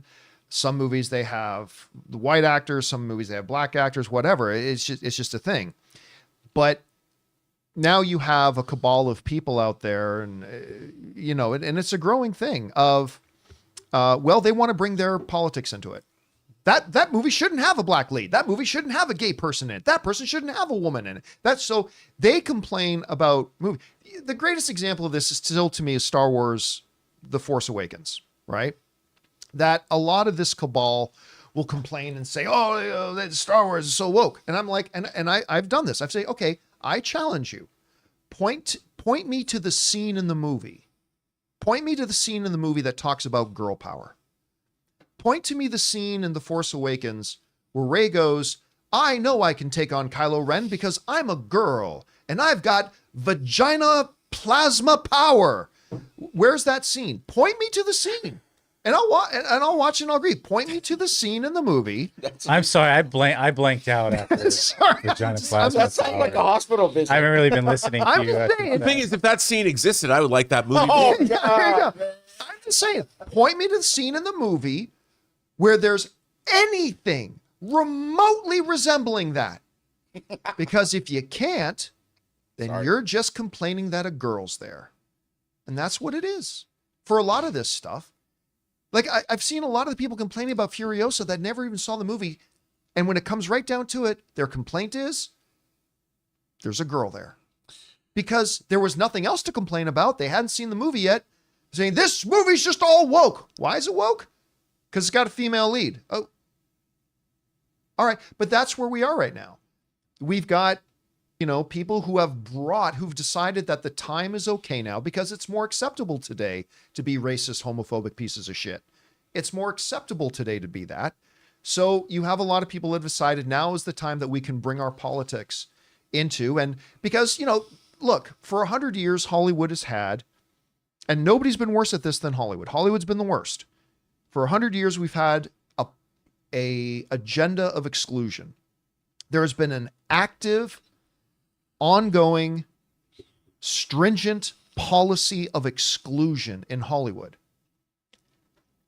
Taking that away, taking down that wall, taking down that agenda of exclusion and saying, okay, we're going to stop this stupid thing of exclusion. We're just going to start opening it up to people. It is what it is. It's unfortunate. It's one of the reasons why I'm kind of looking forward to my retirement so I don't have to be in this toxic space anymore. But yeah, it is what it is. All right. What's next? We got 5 strong. This is, hey, John and crew, longtime listener, first time tipper. And I just want to say you guys rock. Thanks for what you do. Oh, thank you for that so much, 5 strong. Good to have you here, man. And thank you for supporting us, dude. All right, what's next? Dumb of All Fierce is a 2-parter. I'm going to end up with a ton of pushback on this, but speaking as someone who loved Fury Road and Furiosa, was my most anticipated movie this year. I hated it. And I know it's all subjective, but I don't agree with the heaps of praise Furiosa has gotten. For me, it's too long, paced badly. Hemsworth playing as a cartoon. The themes are paper thin or non-existent, and its visually storytelling has no emotional weight. So the action, as John would say, is just visual noise. It's the Phantom Menace of Mad Max. I disagree with everything you said, except for that I do agree that I thought there were moments that the pacing was off, and I do think it should have been tightened up a little bit, maybe about 15 minutes shorter. I agree with that. But therein lies, again, the beauty of the art is that I saw the same thing you saw, but it hit me completely different. It's not getting overpraised. People are watching it, and they're having this incredible visceral excitement and response to it. But the beautiful thing about the art is that it's going to hit everybody in a different way, and it hit you differently. And that sucks. I wish you had a good time. I wish everybody had a good time with every movie they watched. I wish I enjoyed every movie I saw. But it hits us in different ways, and that's the way it hit you, and I respect that. Again, I completely disagree. My experience was far more positive. I thought Chris Hemsworth was brilliant. I thought the themes were very deep. What George Miller, it's just that he was also very subtle with some of them, which I thought was a beautiful thing about it in such a bombastic movie like this. But again, that was your experience, and my experience is no more and no less valid than yours. All right, what's next? Andre says, hi from Romania. 4 years ago, I came across your YouTube video talking about Man of Steel, and it was a relief to find someone that has the same feelings as I do. Now I watch your show daily and wanted to ask if there's another movie that left you feeling like Man of Steel. I know the movie you're talking about. I think I did like a half hour. I think you edited this one for me, Jonathan. That we did that editorial video on like why I consider Man of Steel to be a masterpiece of the genre or something like that. I think you did the editing on that one. Yeah, I did. I mean, listen, Man of Steel is not my favorite movie of all time. There are many, many movies that I've seen that have moved me even more than Man of Steel. It's just that I think it is the most underrated comic book movie ever made. I'm not saying it's the best comic book movie ever made, but I'm saying it's a movie that I think should be in much more people's top 10 comic book movies list than it is. And that's what I mean by underrated. So, yeah, I think it's great. I mean, obviously, I think there are better comic book movies, but not a lot. Not a lot. But, you got to admit, Man of Steel pushed the female agenda. He had a mom. Oh, yeah. I mean, come on. He had a mom. What are they trying to pull here? Why they had moms, man? Why have moms? Why couldn't it just be dad? Why not just dad? All right, what's next? Wesley Cunningham says, love Furiosa myself, but Fury Road also did not burn down the box office. Opened second to Pitch Perfect 2. Yeah, that's true. Yeah. Pitch Perfect 2 beat it at the box office on its opening weekend. And caught on afterward, word of mouth and accolades. If they did a prequel like this about a side character, even an awesome one, it couldn't take 9 years, especially if not starring Charlize Theron, who everyone connected with as the character back then. Maybe at this point, people would have come for a sequel story about after she and Max returned to the Citadel, but otherwise, rather just hit up Memorial Day barbecue. I'm going to go out on a limb here. I don't think if this was a sequel, it would have made much more money than what Furiosa is going to make. I'm not saying it wouldn't make any more money, maybe $1 million more, whatever. I honestly just don't think it would make, because you're right. And by the way, it never really did find its legs. See, it's not like, say, what's another good example? I mean, we always bring up the Greatest Showman, but Elemental is one I've been using lately. Elemental had a terrible opening weekend. I think it was like 20-something $20 million. Can you double check that for me? How much Elemental? But I think it was in the 20s, right? Now that movie found its legs and went on to clear well over $500 million at the bottom. So $29 million. So roughly the same amount that Furiosa made, a little bit more. So Fury Road Fury Road didn't really find its legs. It capped out at 380. Not a lot of people saw it. Those who did loved it, but it just was what it was. So yeah, I mean, is there a possibility here, Rob, that, that maybe Furiosa could follow the Elemental path where modest opening, but word of mouth is so good about it that it picks up? I don't think so. Yeah, neither do I. I was thinking about, there's another big franchise, the Bourne franchise. There's a Jeremy Renner Bourne movie. That's right. Yeah. And people forget all about that. And that didn't light up the box office. Was that the Bourne Legacy or something? Yeah, I think the Bourne Legacy. And I liked it. It wasn't a bad movie. Oh, I did too. I liked it too. Yeah. But I honestly, I also think that the imagery, the actual iconography, whether it's a Morton Joe, whether it's One-Armed Furiosa herself, whether it's, Dr. Dementis, all of this stuff, I don't necessarily think it has the same appeal today that it had 9 years ago with Fury Road. Yeah. I think that, look, I always say, John, that movies have a half-life, pop culture has a half-life of 20 years. After you go back 20 years and you go beyond that, things start to fall away. And this is halfway to 20 years, really. And I think that it's just a different time. And I think it just doesn't appeal to people as much as even Fury Road did. All right. What's next? All right. And then Wesley Cunningham follows up, even with box office struggles and how he's handled Furiosa at 80 and, of course, Fury Road, plus worked well with Hemsworth. Would love to hear George Miller on the next Thor film. If they do decide to harden the tone again, what Chris has kicked around in interviews. I love that idea, by the way. I also, when I did open mic this weekend, somebody asked, hey, what do you think the possibility, considering George Miller worked on that Justice League movie that never happened, what do you think about James Gunn bringing in George Miller to do a movie? I'm like, I don't care what character it is. I'll be there for that. Yeah. I also would, listen, what I would really love for Thor, that probably is a little bit more within the realm of possibility. I want to see Kenneth Branagh come back and do another Thor movie. I really do. I think that would be great. All right, what's next? Matt Murphy says, hi, John and crew. Hope you're all well. If there was a hypothetical streaming service that had virtually every show and movie on it, like Spotify, how much would you pay per month? Obviously, would never happen, but one can dream. Well, now you're really asking, what would I pay for a bundle right now? If they offered a bundle, because bundles are becoming a big thing with the streaming services now. But if they offered a bundle with Disney, Hulu, Max, Peacock, Apple TV Plus, Paramount Plus, and I don't know, ESPN. In a box. With channel numbers on it. In a box with a cable that comes in your house. But no, if they offered that. Oh, and I guess Prime also. Well, that would be hard because it's, What would I be willing to pay for it? Essentially, access to almost all entertainment that's ever been made. Should be public channels. and all the new stuff that's going to come out. So every new HBO show, every new Apple Plus show, every new Disney Plus show. $60. For all of it? A month? Yeah, $60 a month. That's less what I'm paying for all of it combined right now. Yeah. I would say that's cheap. Access to everything?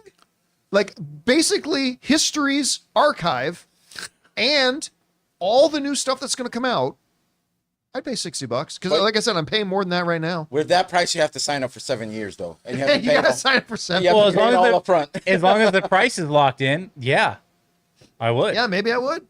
It's a good question. All right, what's next? What is next?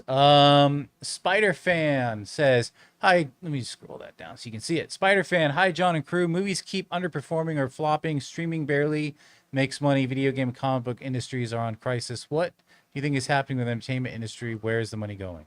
Okay, I said this in a conversation earlier, but I sent a link to a friend of mine to a 10-year-old article. Big movies underperforming is nothing new. It's not. And I pointed my friend to this article from Variety like 10 years ago about how, what's going on today? These high expectation movies are flopping. It's been like that ever since I was a film fan. I mean, hell, historically, most Oscar-winning films, like what's going on with great movies not making money? Hey, most of my lifetime, Oscar-winning films are ones that never made any money. And again, lest we forget, like, yeah, there's the big headlines, like Furiosa didn't, but after we looked at the facts, none of us should have expected Furiosa to do all that well. But right now, in this time window that we're in, is the one that Barbie made $1.4 billion, is the one that Mario made $1.3 billion, is the window that Guardians of the Galaxy made $800 million. It's the window where John Wick 4, the 4th movie in the franchise, made the most money out of any movie in the franchise. Where Spider-Man, this animated Spider-Man movie made well over $600 million. A period piece dramatic film about the creation of the nuclear bomb nearly made $1 billion.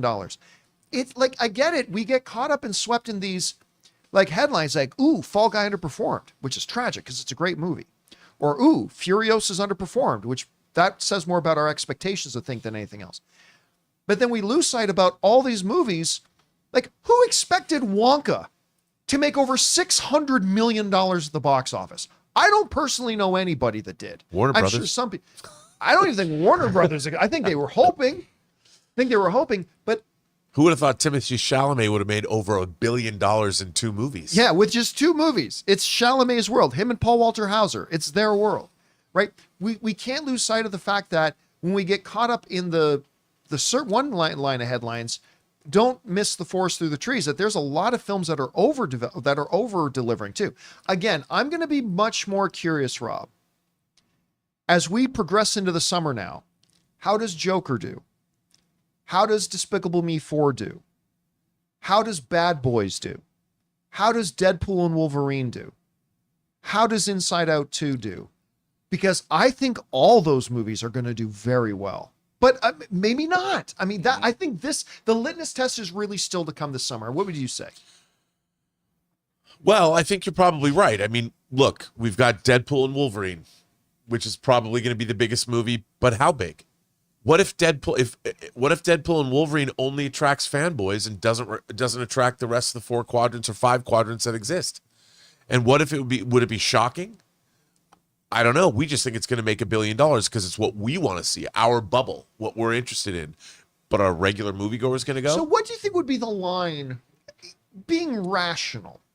What do you think is the line? Because I believe, like, if Deadpool and Wolverine makes $700 million, I think you still pop bottles. Like, I think it's potential to be $1 billion film. If it makes it, what do you think, though, would be a number that would make everybody go, oh, well, that underperformed? Under 500. I agree with that's the number I was thinking too. If it makes under 500 million, I agree. Yeah, and I'll tell you something. I think, I mean, Deadpool, obviously, we know it's a 700 million plus franchise. It's done that twice. Yeah. This film, the thing is, if you're not an MCU fan or whatever, Deadpool worked. If you knew nothing else, the first Deadpool movie, $65 million spend, was wildly entertaining. Even if you don't like superhero movies. It had romance, a lot of comedy, action. It touched all. This movie could be so far up its own tuchus, as they say, that people are going to watch this. Normal audiences are going to go, what is going on? Like it leaning into the cameos, leaning into the metaverse of it all. It might just be like, well, I really liked the first Deadpool movie and I love Hugh Jackman, but what the hell is happening in this movie? I do not know. And I think that's what I guess my fear for this is. If they don't tell the kind of overall well-rounded story that the Deadpool franchise began with that catapulted it to 700 million plus, I don't necessarily think that we'll see. We'll see. I don't know what? I've been watching Wrexham season 3. Just watching Ryan Reynolds, right? I have zero doubt. They're literally just sitting. They were having this conversation about British bureaucracy because they're trying to get some stands made, some seating stands made, right, in this thing, and they're talking about how all the bureaucracy and red tape you got to go through, and like Rob McElhenney says, well, you know, I don't get me wrong, I actually love British bureaucracy. And then like just off the top, Brian Reynolds like, oh, I love it. I know I can't maintain an erection unless we're talking about British governmental bureaucracy. Like right now, it's starting to move. Just talking about like, I have no doubt. I have zero worries about that. I think they're going to make Deadpool really fun and funny. But you know, we'll see. No, I think it could be too. But will the audience show up for it? Other than the core audience, opening weekend they will. I mean, it already broke a bunch of ticket sales records. But maybe those are the only people that buy tickets. Yeah, we'll find out. We'll find it out. Because I wanted to, we think it's $1 billion movie. I think it's $1 billion movie.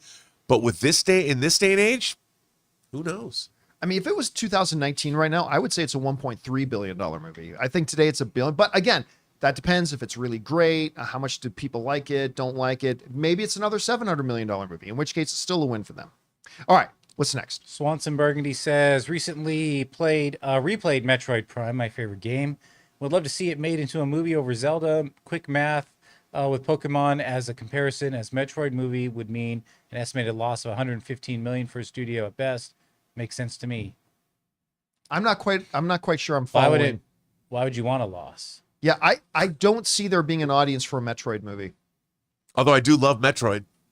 Yeah, I just don't think I don't think you can make a movie out of it. I don't think there would be an audience for it. And like, whoa, what happened there? I don't know.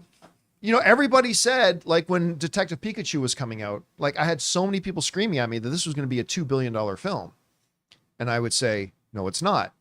And they'd say, John, you ignorant slut, you clearly just don't understand that Pokemon is the #1 franchise in the world. I'm like, that may be true, but I don't think people are going to go out to see the movie in those numbers, even with Ryan Reynolds doing the voice of Pikachu.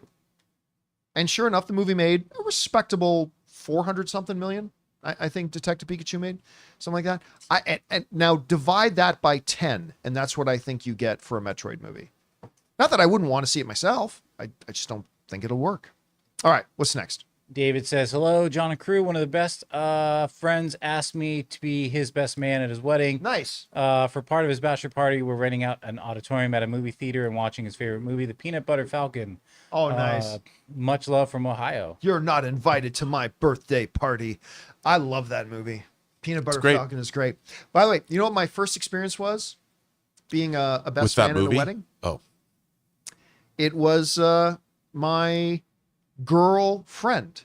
Well, when I was younger, there was about a 5-year stretch where my best friend was this girl, Diane, and she was like major tomboy, and like we got along so great. And then she went off on a trip and came back. It's like, I met a dude. I'm like, you met a dude? So like, yeah. I'm like, all right. And then she brought him home and it's like, we're getting married. Like, oh my God. She goes, you got to be my best man or my best matron. I was actually the best man on the bride's side, which was like a really cool, fun thing. Cool. It was pretty awesome. I loved it. Did you talk to Diane with a tape recorder? What? Like Agent Cooper from Twin Peaks? Oh. Diane? I would. No. She lives in Tennessee. See, that was obscure. No one gets that joke anymore. I never got that. I'm like, what are you talking about? It back, actually. I'd take it back. Never mind. I made a Twin Peaks joke. Forget I said anything. All right, what's next? It was just the delivery. Benji says, Benji the Husky says, according to Box Office Mojo, year to date and year release gross is down 34% in 2024 compared to 2023 through May 28th. Is it due to bad movies or a greater systemic problem in getting people out?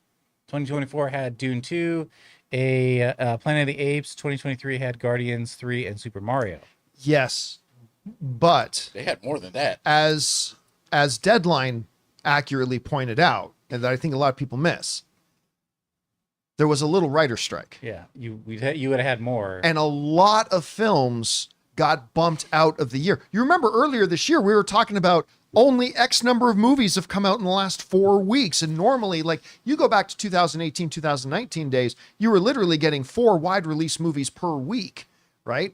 And they were starting to ramp back up to that in the post-pandemic. We're starting to ramp back up to that. And then the actors and the writer's strike, just a whole bunch of product just didn't come out this year. One of the things Deadline pointed out too is like, hey, think what you will about how they're performing lately, but there's also been no Marvel movies. I mean, for the early summer season, at least at any point right now, right? So it's that came now.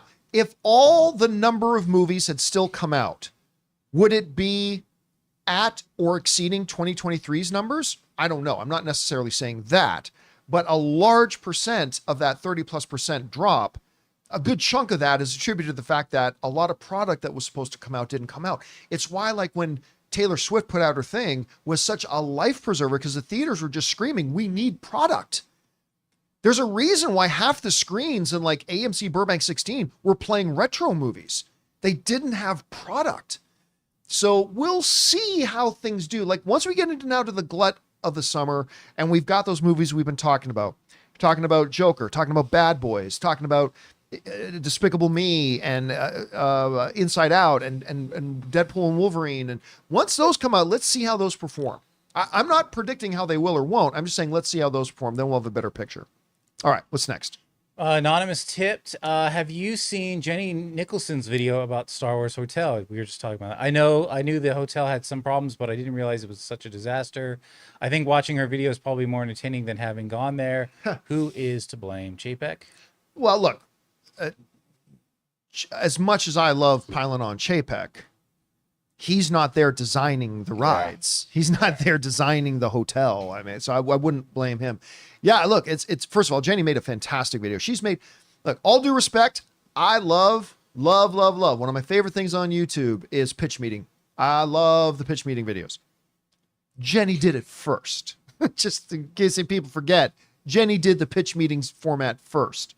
And she might not have even been first. Maybe somebody else did before her. At any rate, Jenny's video is great. But listen, sometimes, like movies, like TV shows, like a cake you're trying to bake, things don't work out the way you planned them to. And that Star Wars hotel, listen, I knew it was doomed. I still remember being on air when we found out what the price tag of it going to was. That was it. And at the time it was like $4,000 for a stay. And I'm like, well, I'm never going to that. Right.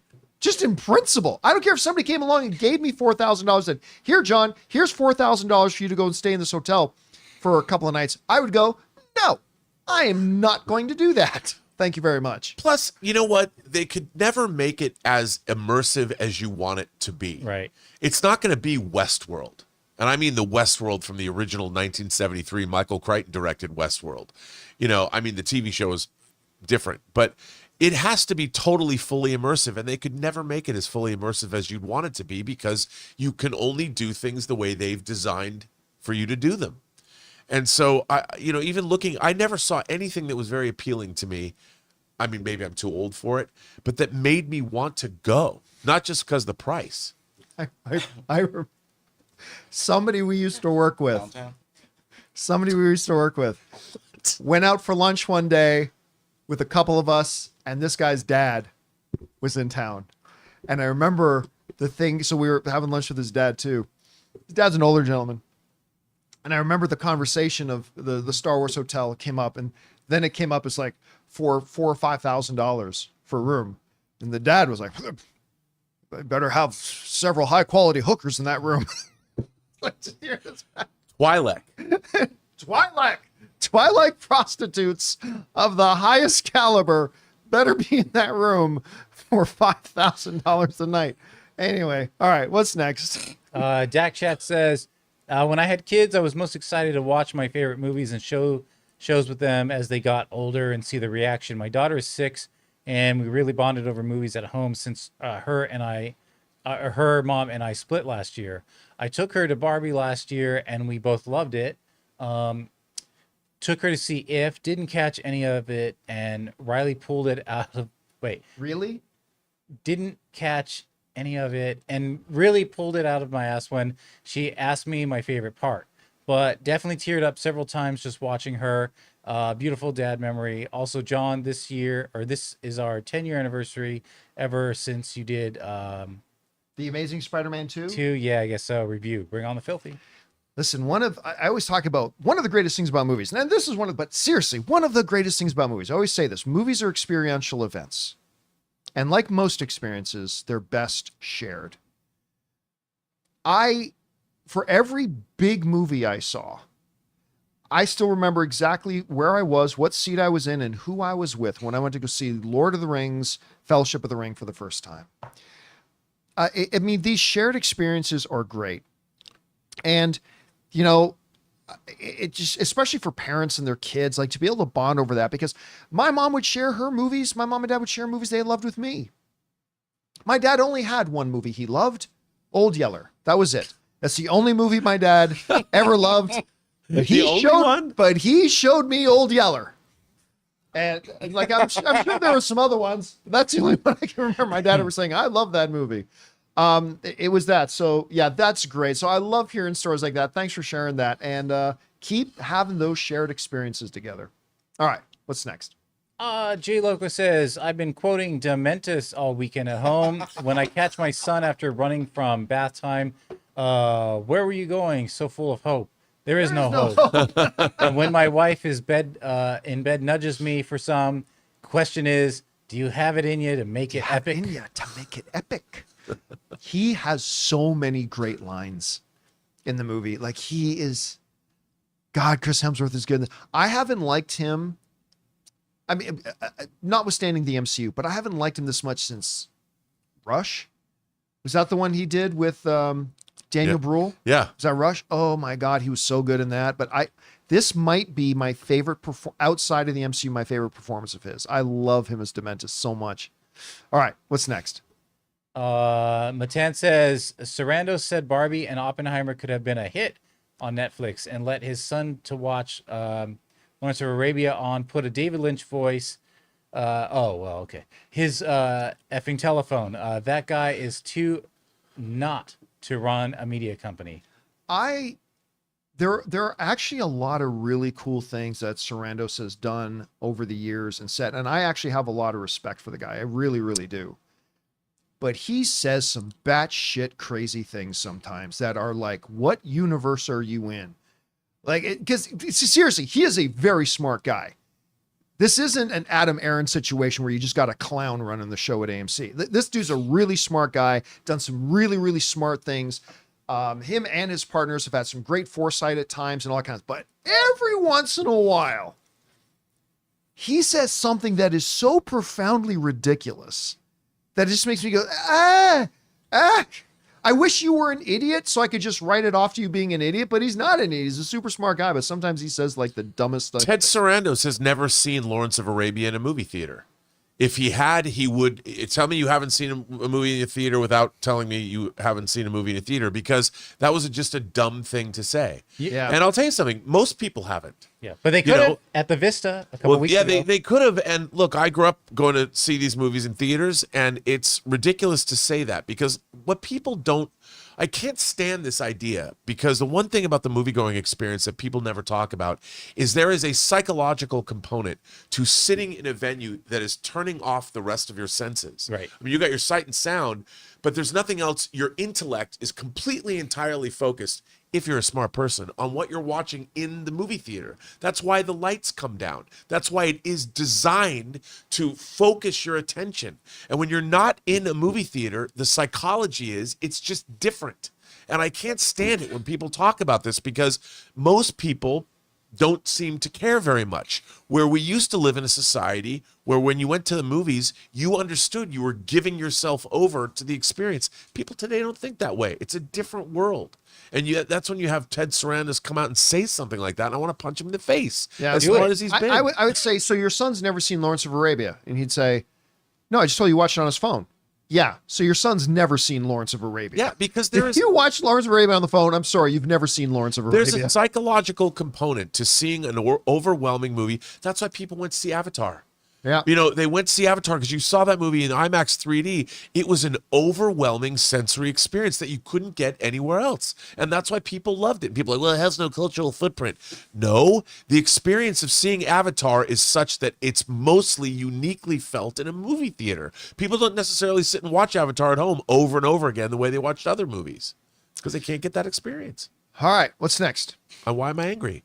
Yeah. Sholo says, hey guys, hope you enjoyed your weekend. Saw Godzilla -1 with the family in Spanish subtitles. What a movie. So Furiosa didn't live up to Fury Road, in my opinion, but I didn't expect such a low opening. That's one of two. That's all there is. Oh, that was... yeah, he felt, yeah. Okay. Listen, again, I'm not going to say that Furiosa was as good or better than Fury Road. I just think it's a magnificent movie. It's an absolute epic kind of movie that George Miller alone feels like can actually make. It's absolutely fantastic. Again, Fury Road might have been a little bit better, but he did such a great job hammering that one. He just did a great job with it. All right, what's next?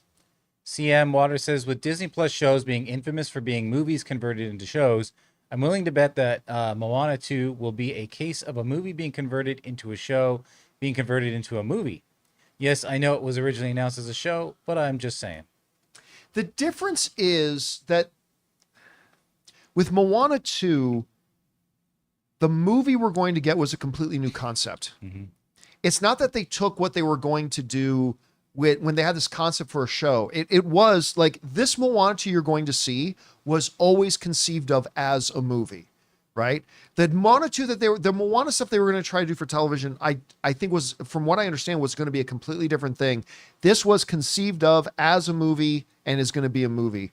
Hopefully it's as good as the original. We'll find out soon. All right, what's next? Okay, we got Anonymous who says, OMG, did you see the Michael Jackson movie set leaks? They're refilming Thriller at the original video location. This is going to be epic. At CinemaCon, they showed us like, what was it, like a 5-minute thing of the Michael Jackson movie. And it's funny because they had only been shooting it for about a month. And a buddy of ours was actually on set of the movie as they're shooting the movie while we were at CinemaCon. And I literally called him up. It's like, so they just showed us the Michael Jackson stuff. He goes, how did it look? What did you think? And all this kind of stuff. It's funny too, because I think I might've mentioned this on the show. Miles Teller is in the movie. And in this 5-minute sizzle they showed us, there's a quick clip of Miles Teller. I think he's playing Michael Jackson's lawyer or something like that. Mm. And my buddy's like, yeah, we took that shot from The Offer and put in there because he hadn't started shooting yet. Yeah, I thought it looked familiar. To make sure he was just in this little sizzle. So they took a clip of him from The Offer and put it into this footage to be, oh, look, Miles Teller's here because he's in the movie, right? But it wasn't, but he hadn't started shooting the movie yet. It's kind of funny. All right, what's next? All right, Dildar says, just needed to vent again. Going to the DMV is pure pain and misery. Wasted about 2 hours of my time trying to get my real ID, only to find out their entire system was down. And not only that, but all the DMVs in the state are down. So anyway, how's your day? I had to go to the DMV a few weeks ago. Something I'd been putting off. I went to the DMV, was in there for and I made an appointment. Made an appointment like 2 months in advance. Got there, and they're like, okay, you need this. I'm like, all right.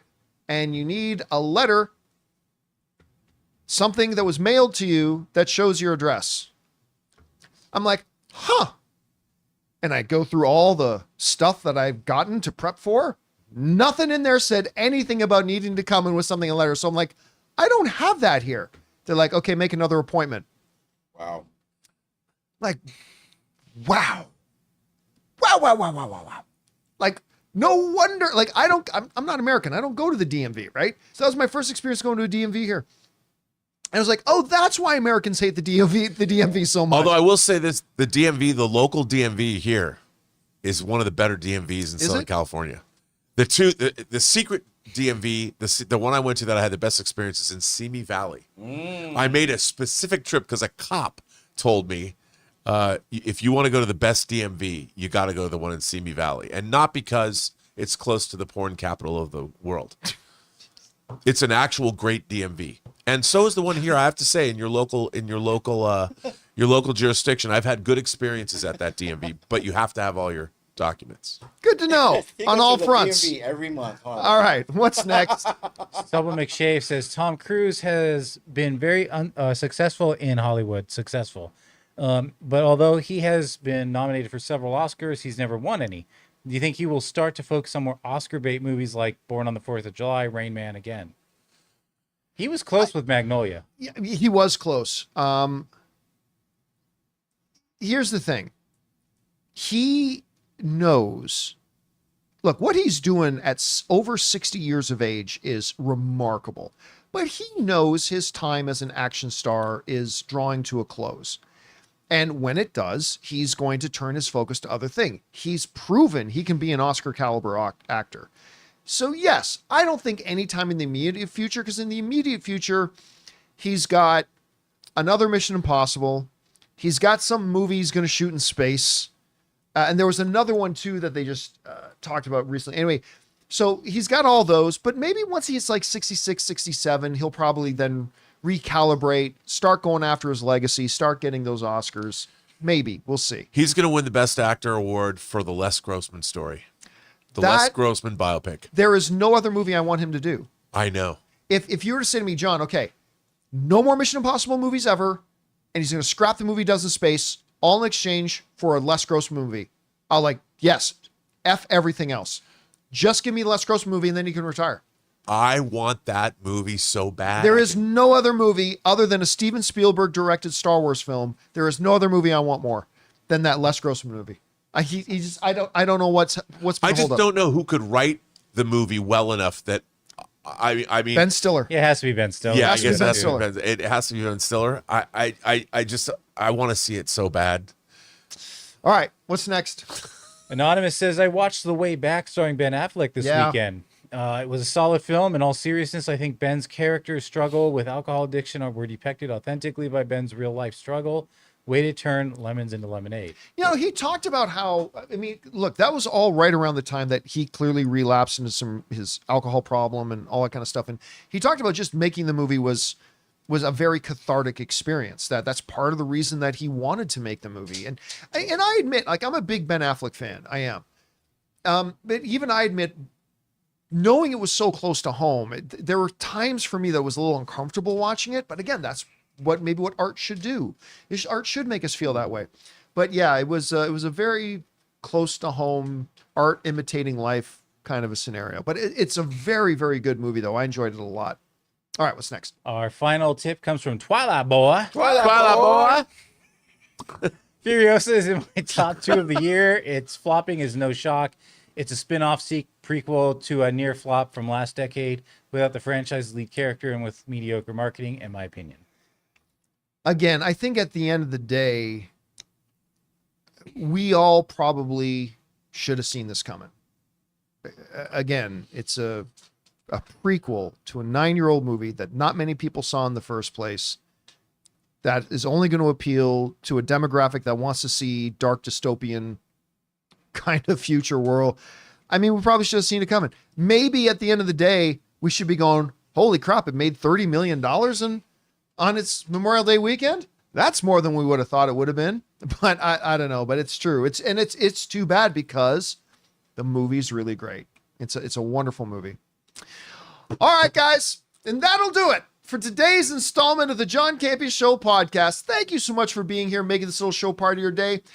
Our apologies to our channel members who didn't get around to any of your questions because we just took too damn long getting through the questions as it was, and we've already been going for over 2 hours.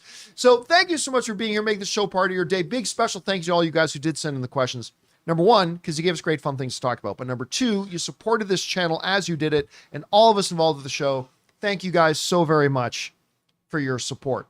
Hey, don't forget to come on back and join us again tomorrow, where I'll be joined again by Ray Ora, Frost, Jonathan Foyko, Yeah, I'll see you tomorrow. writer, director, producer Robert My Burnett. It'll be epic. Do you have it in you to make it epic? My name's John Campea, and until next time, my friends, bye-bye.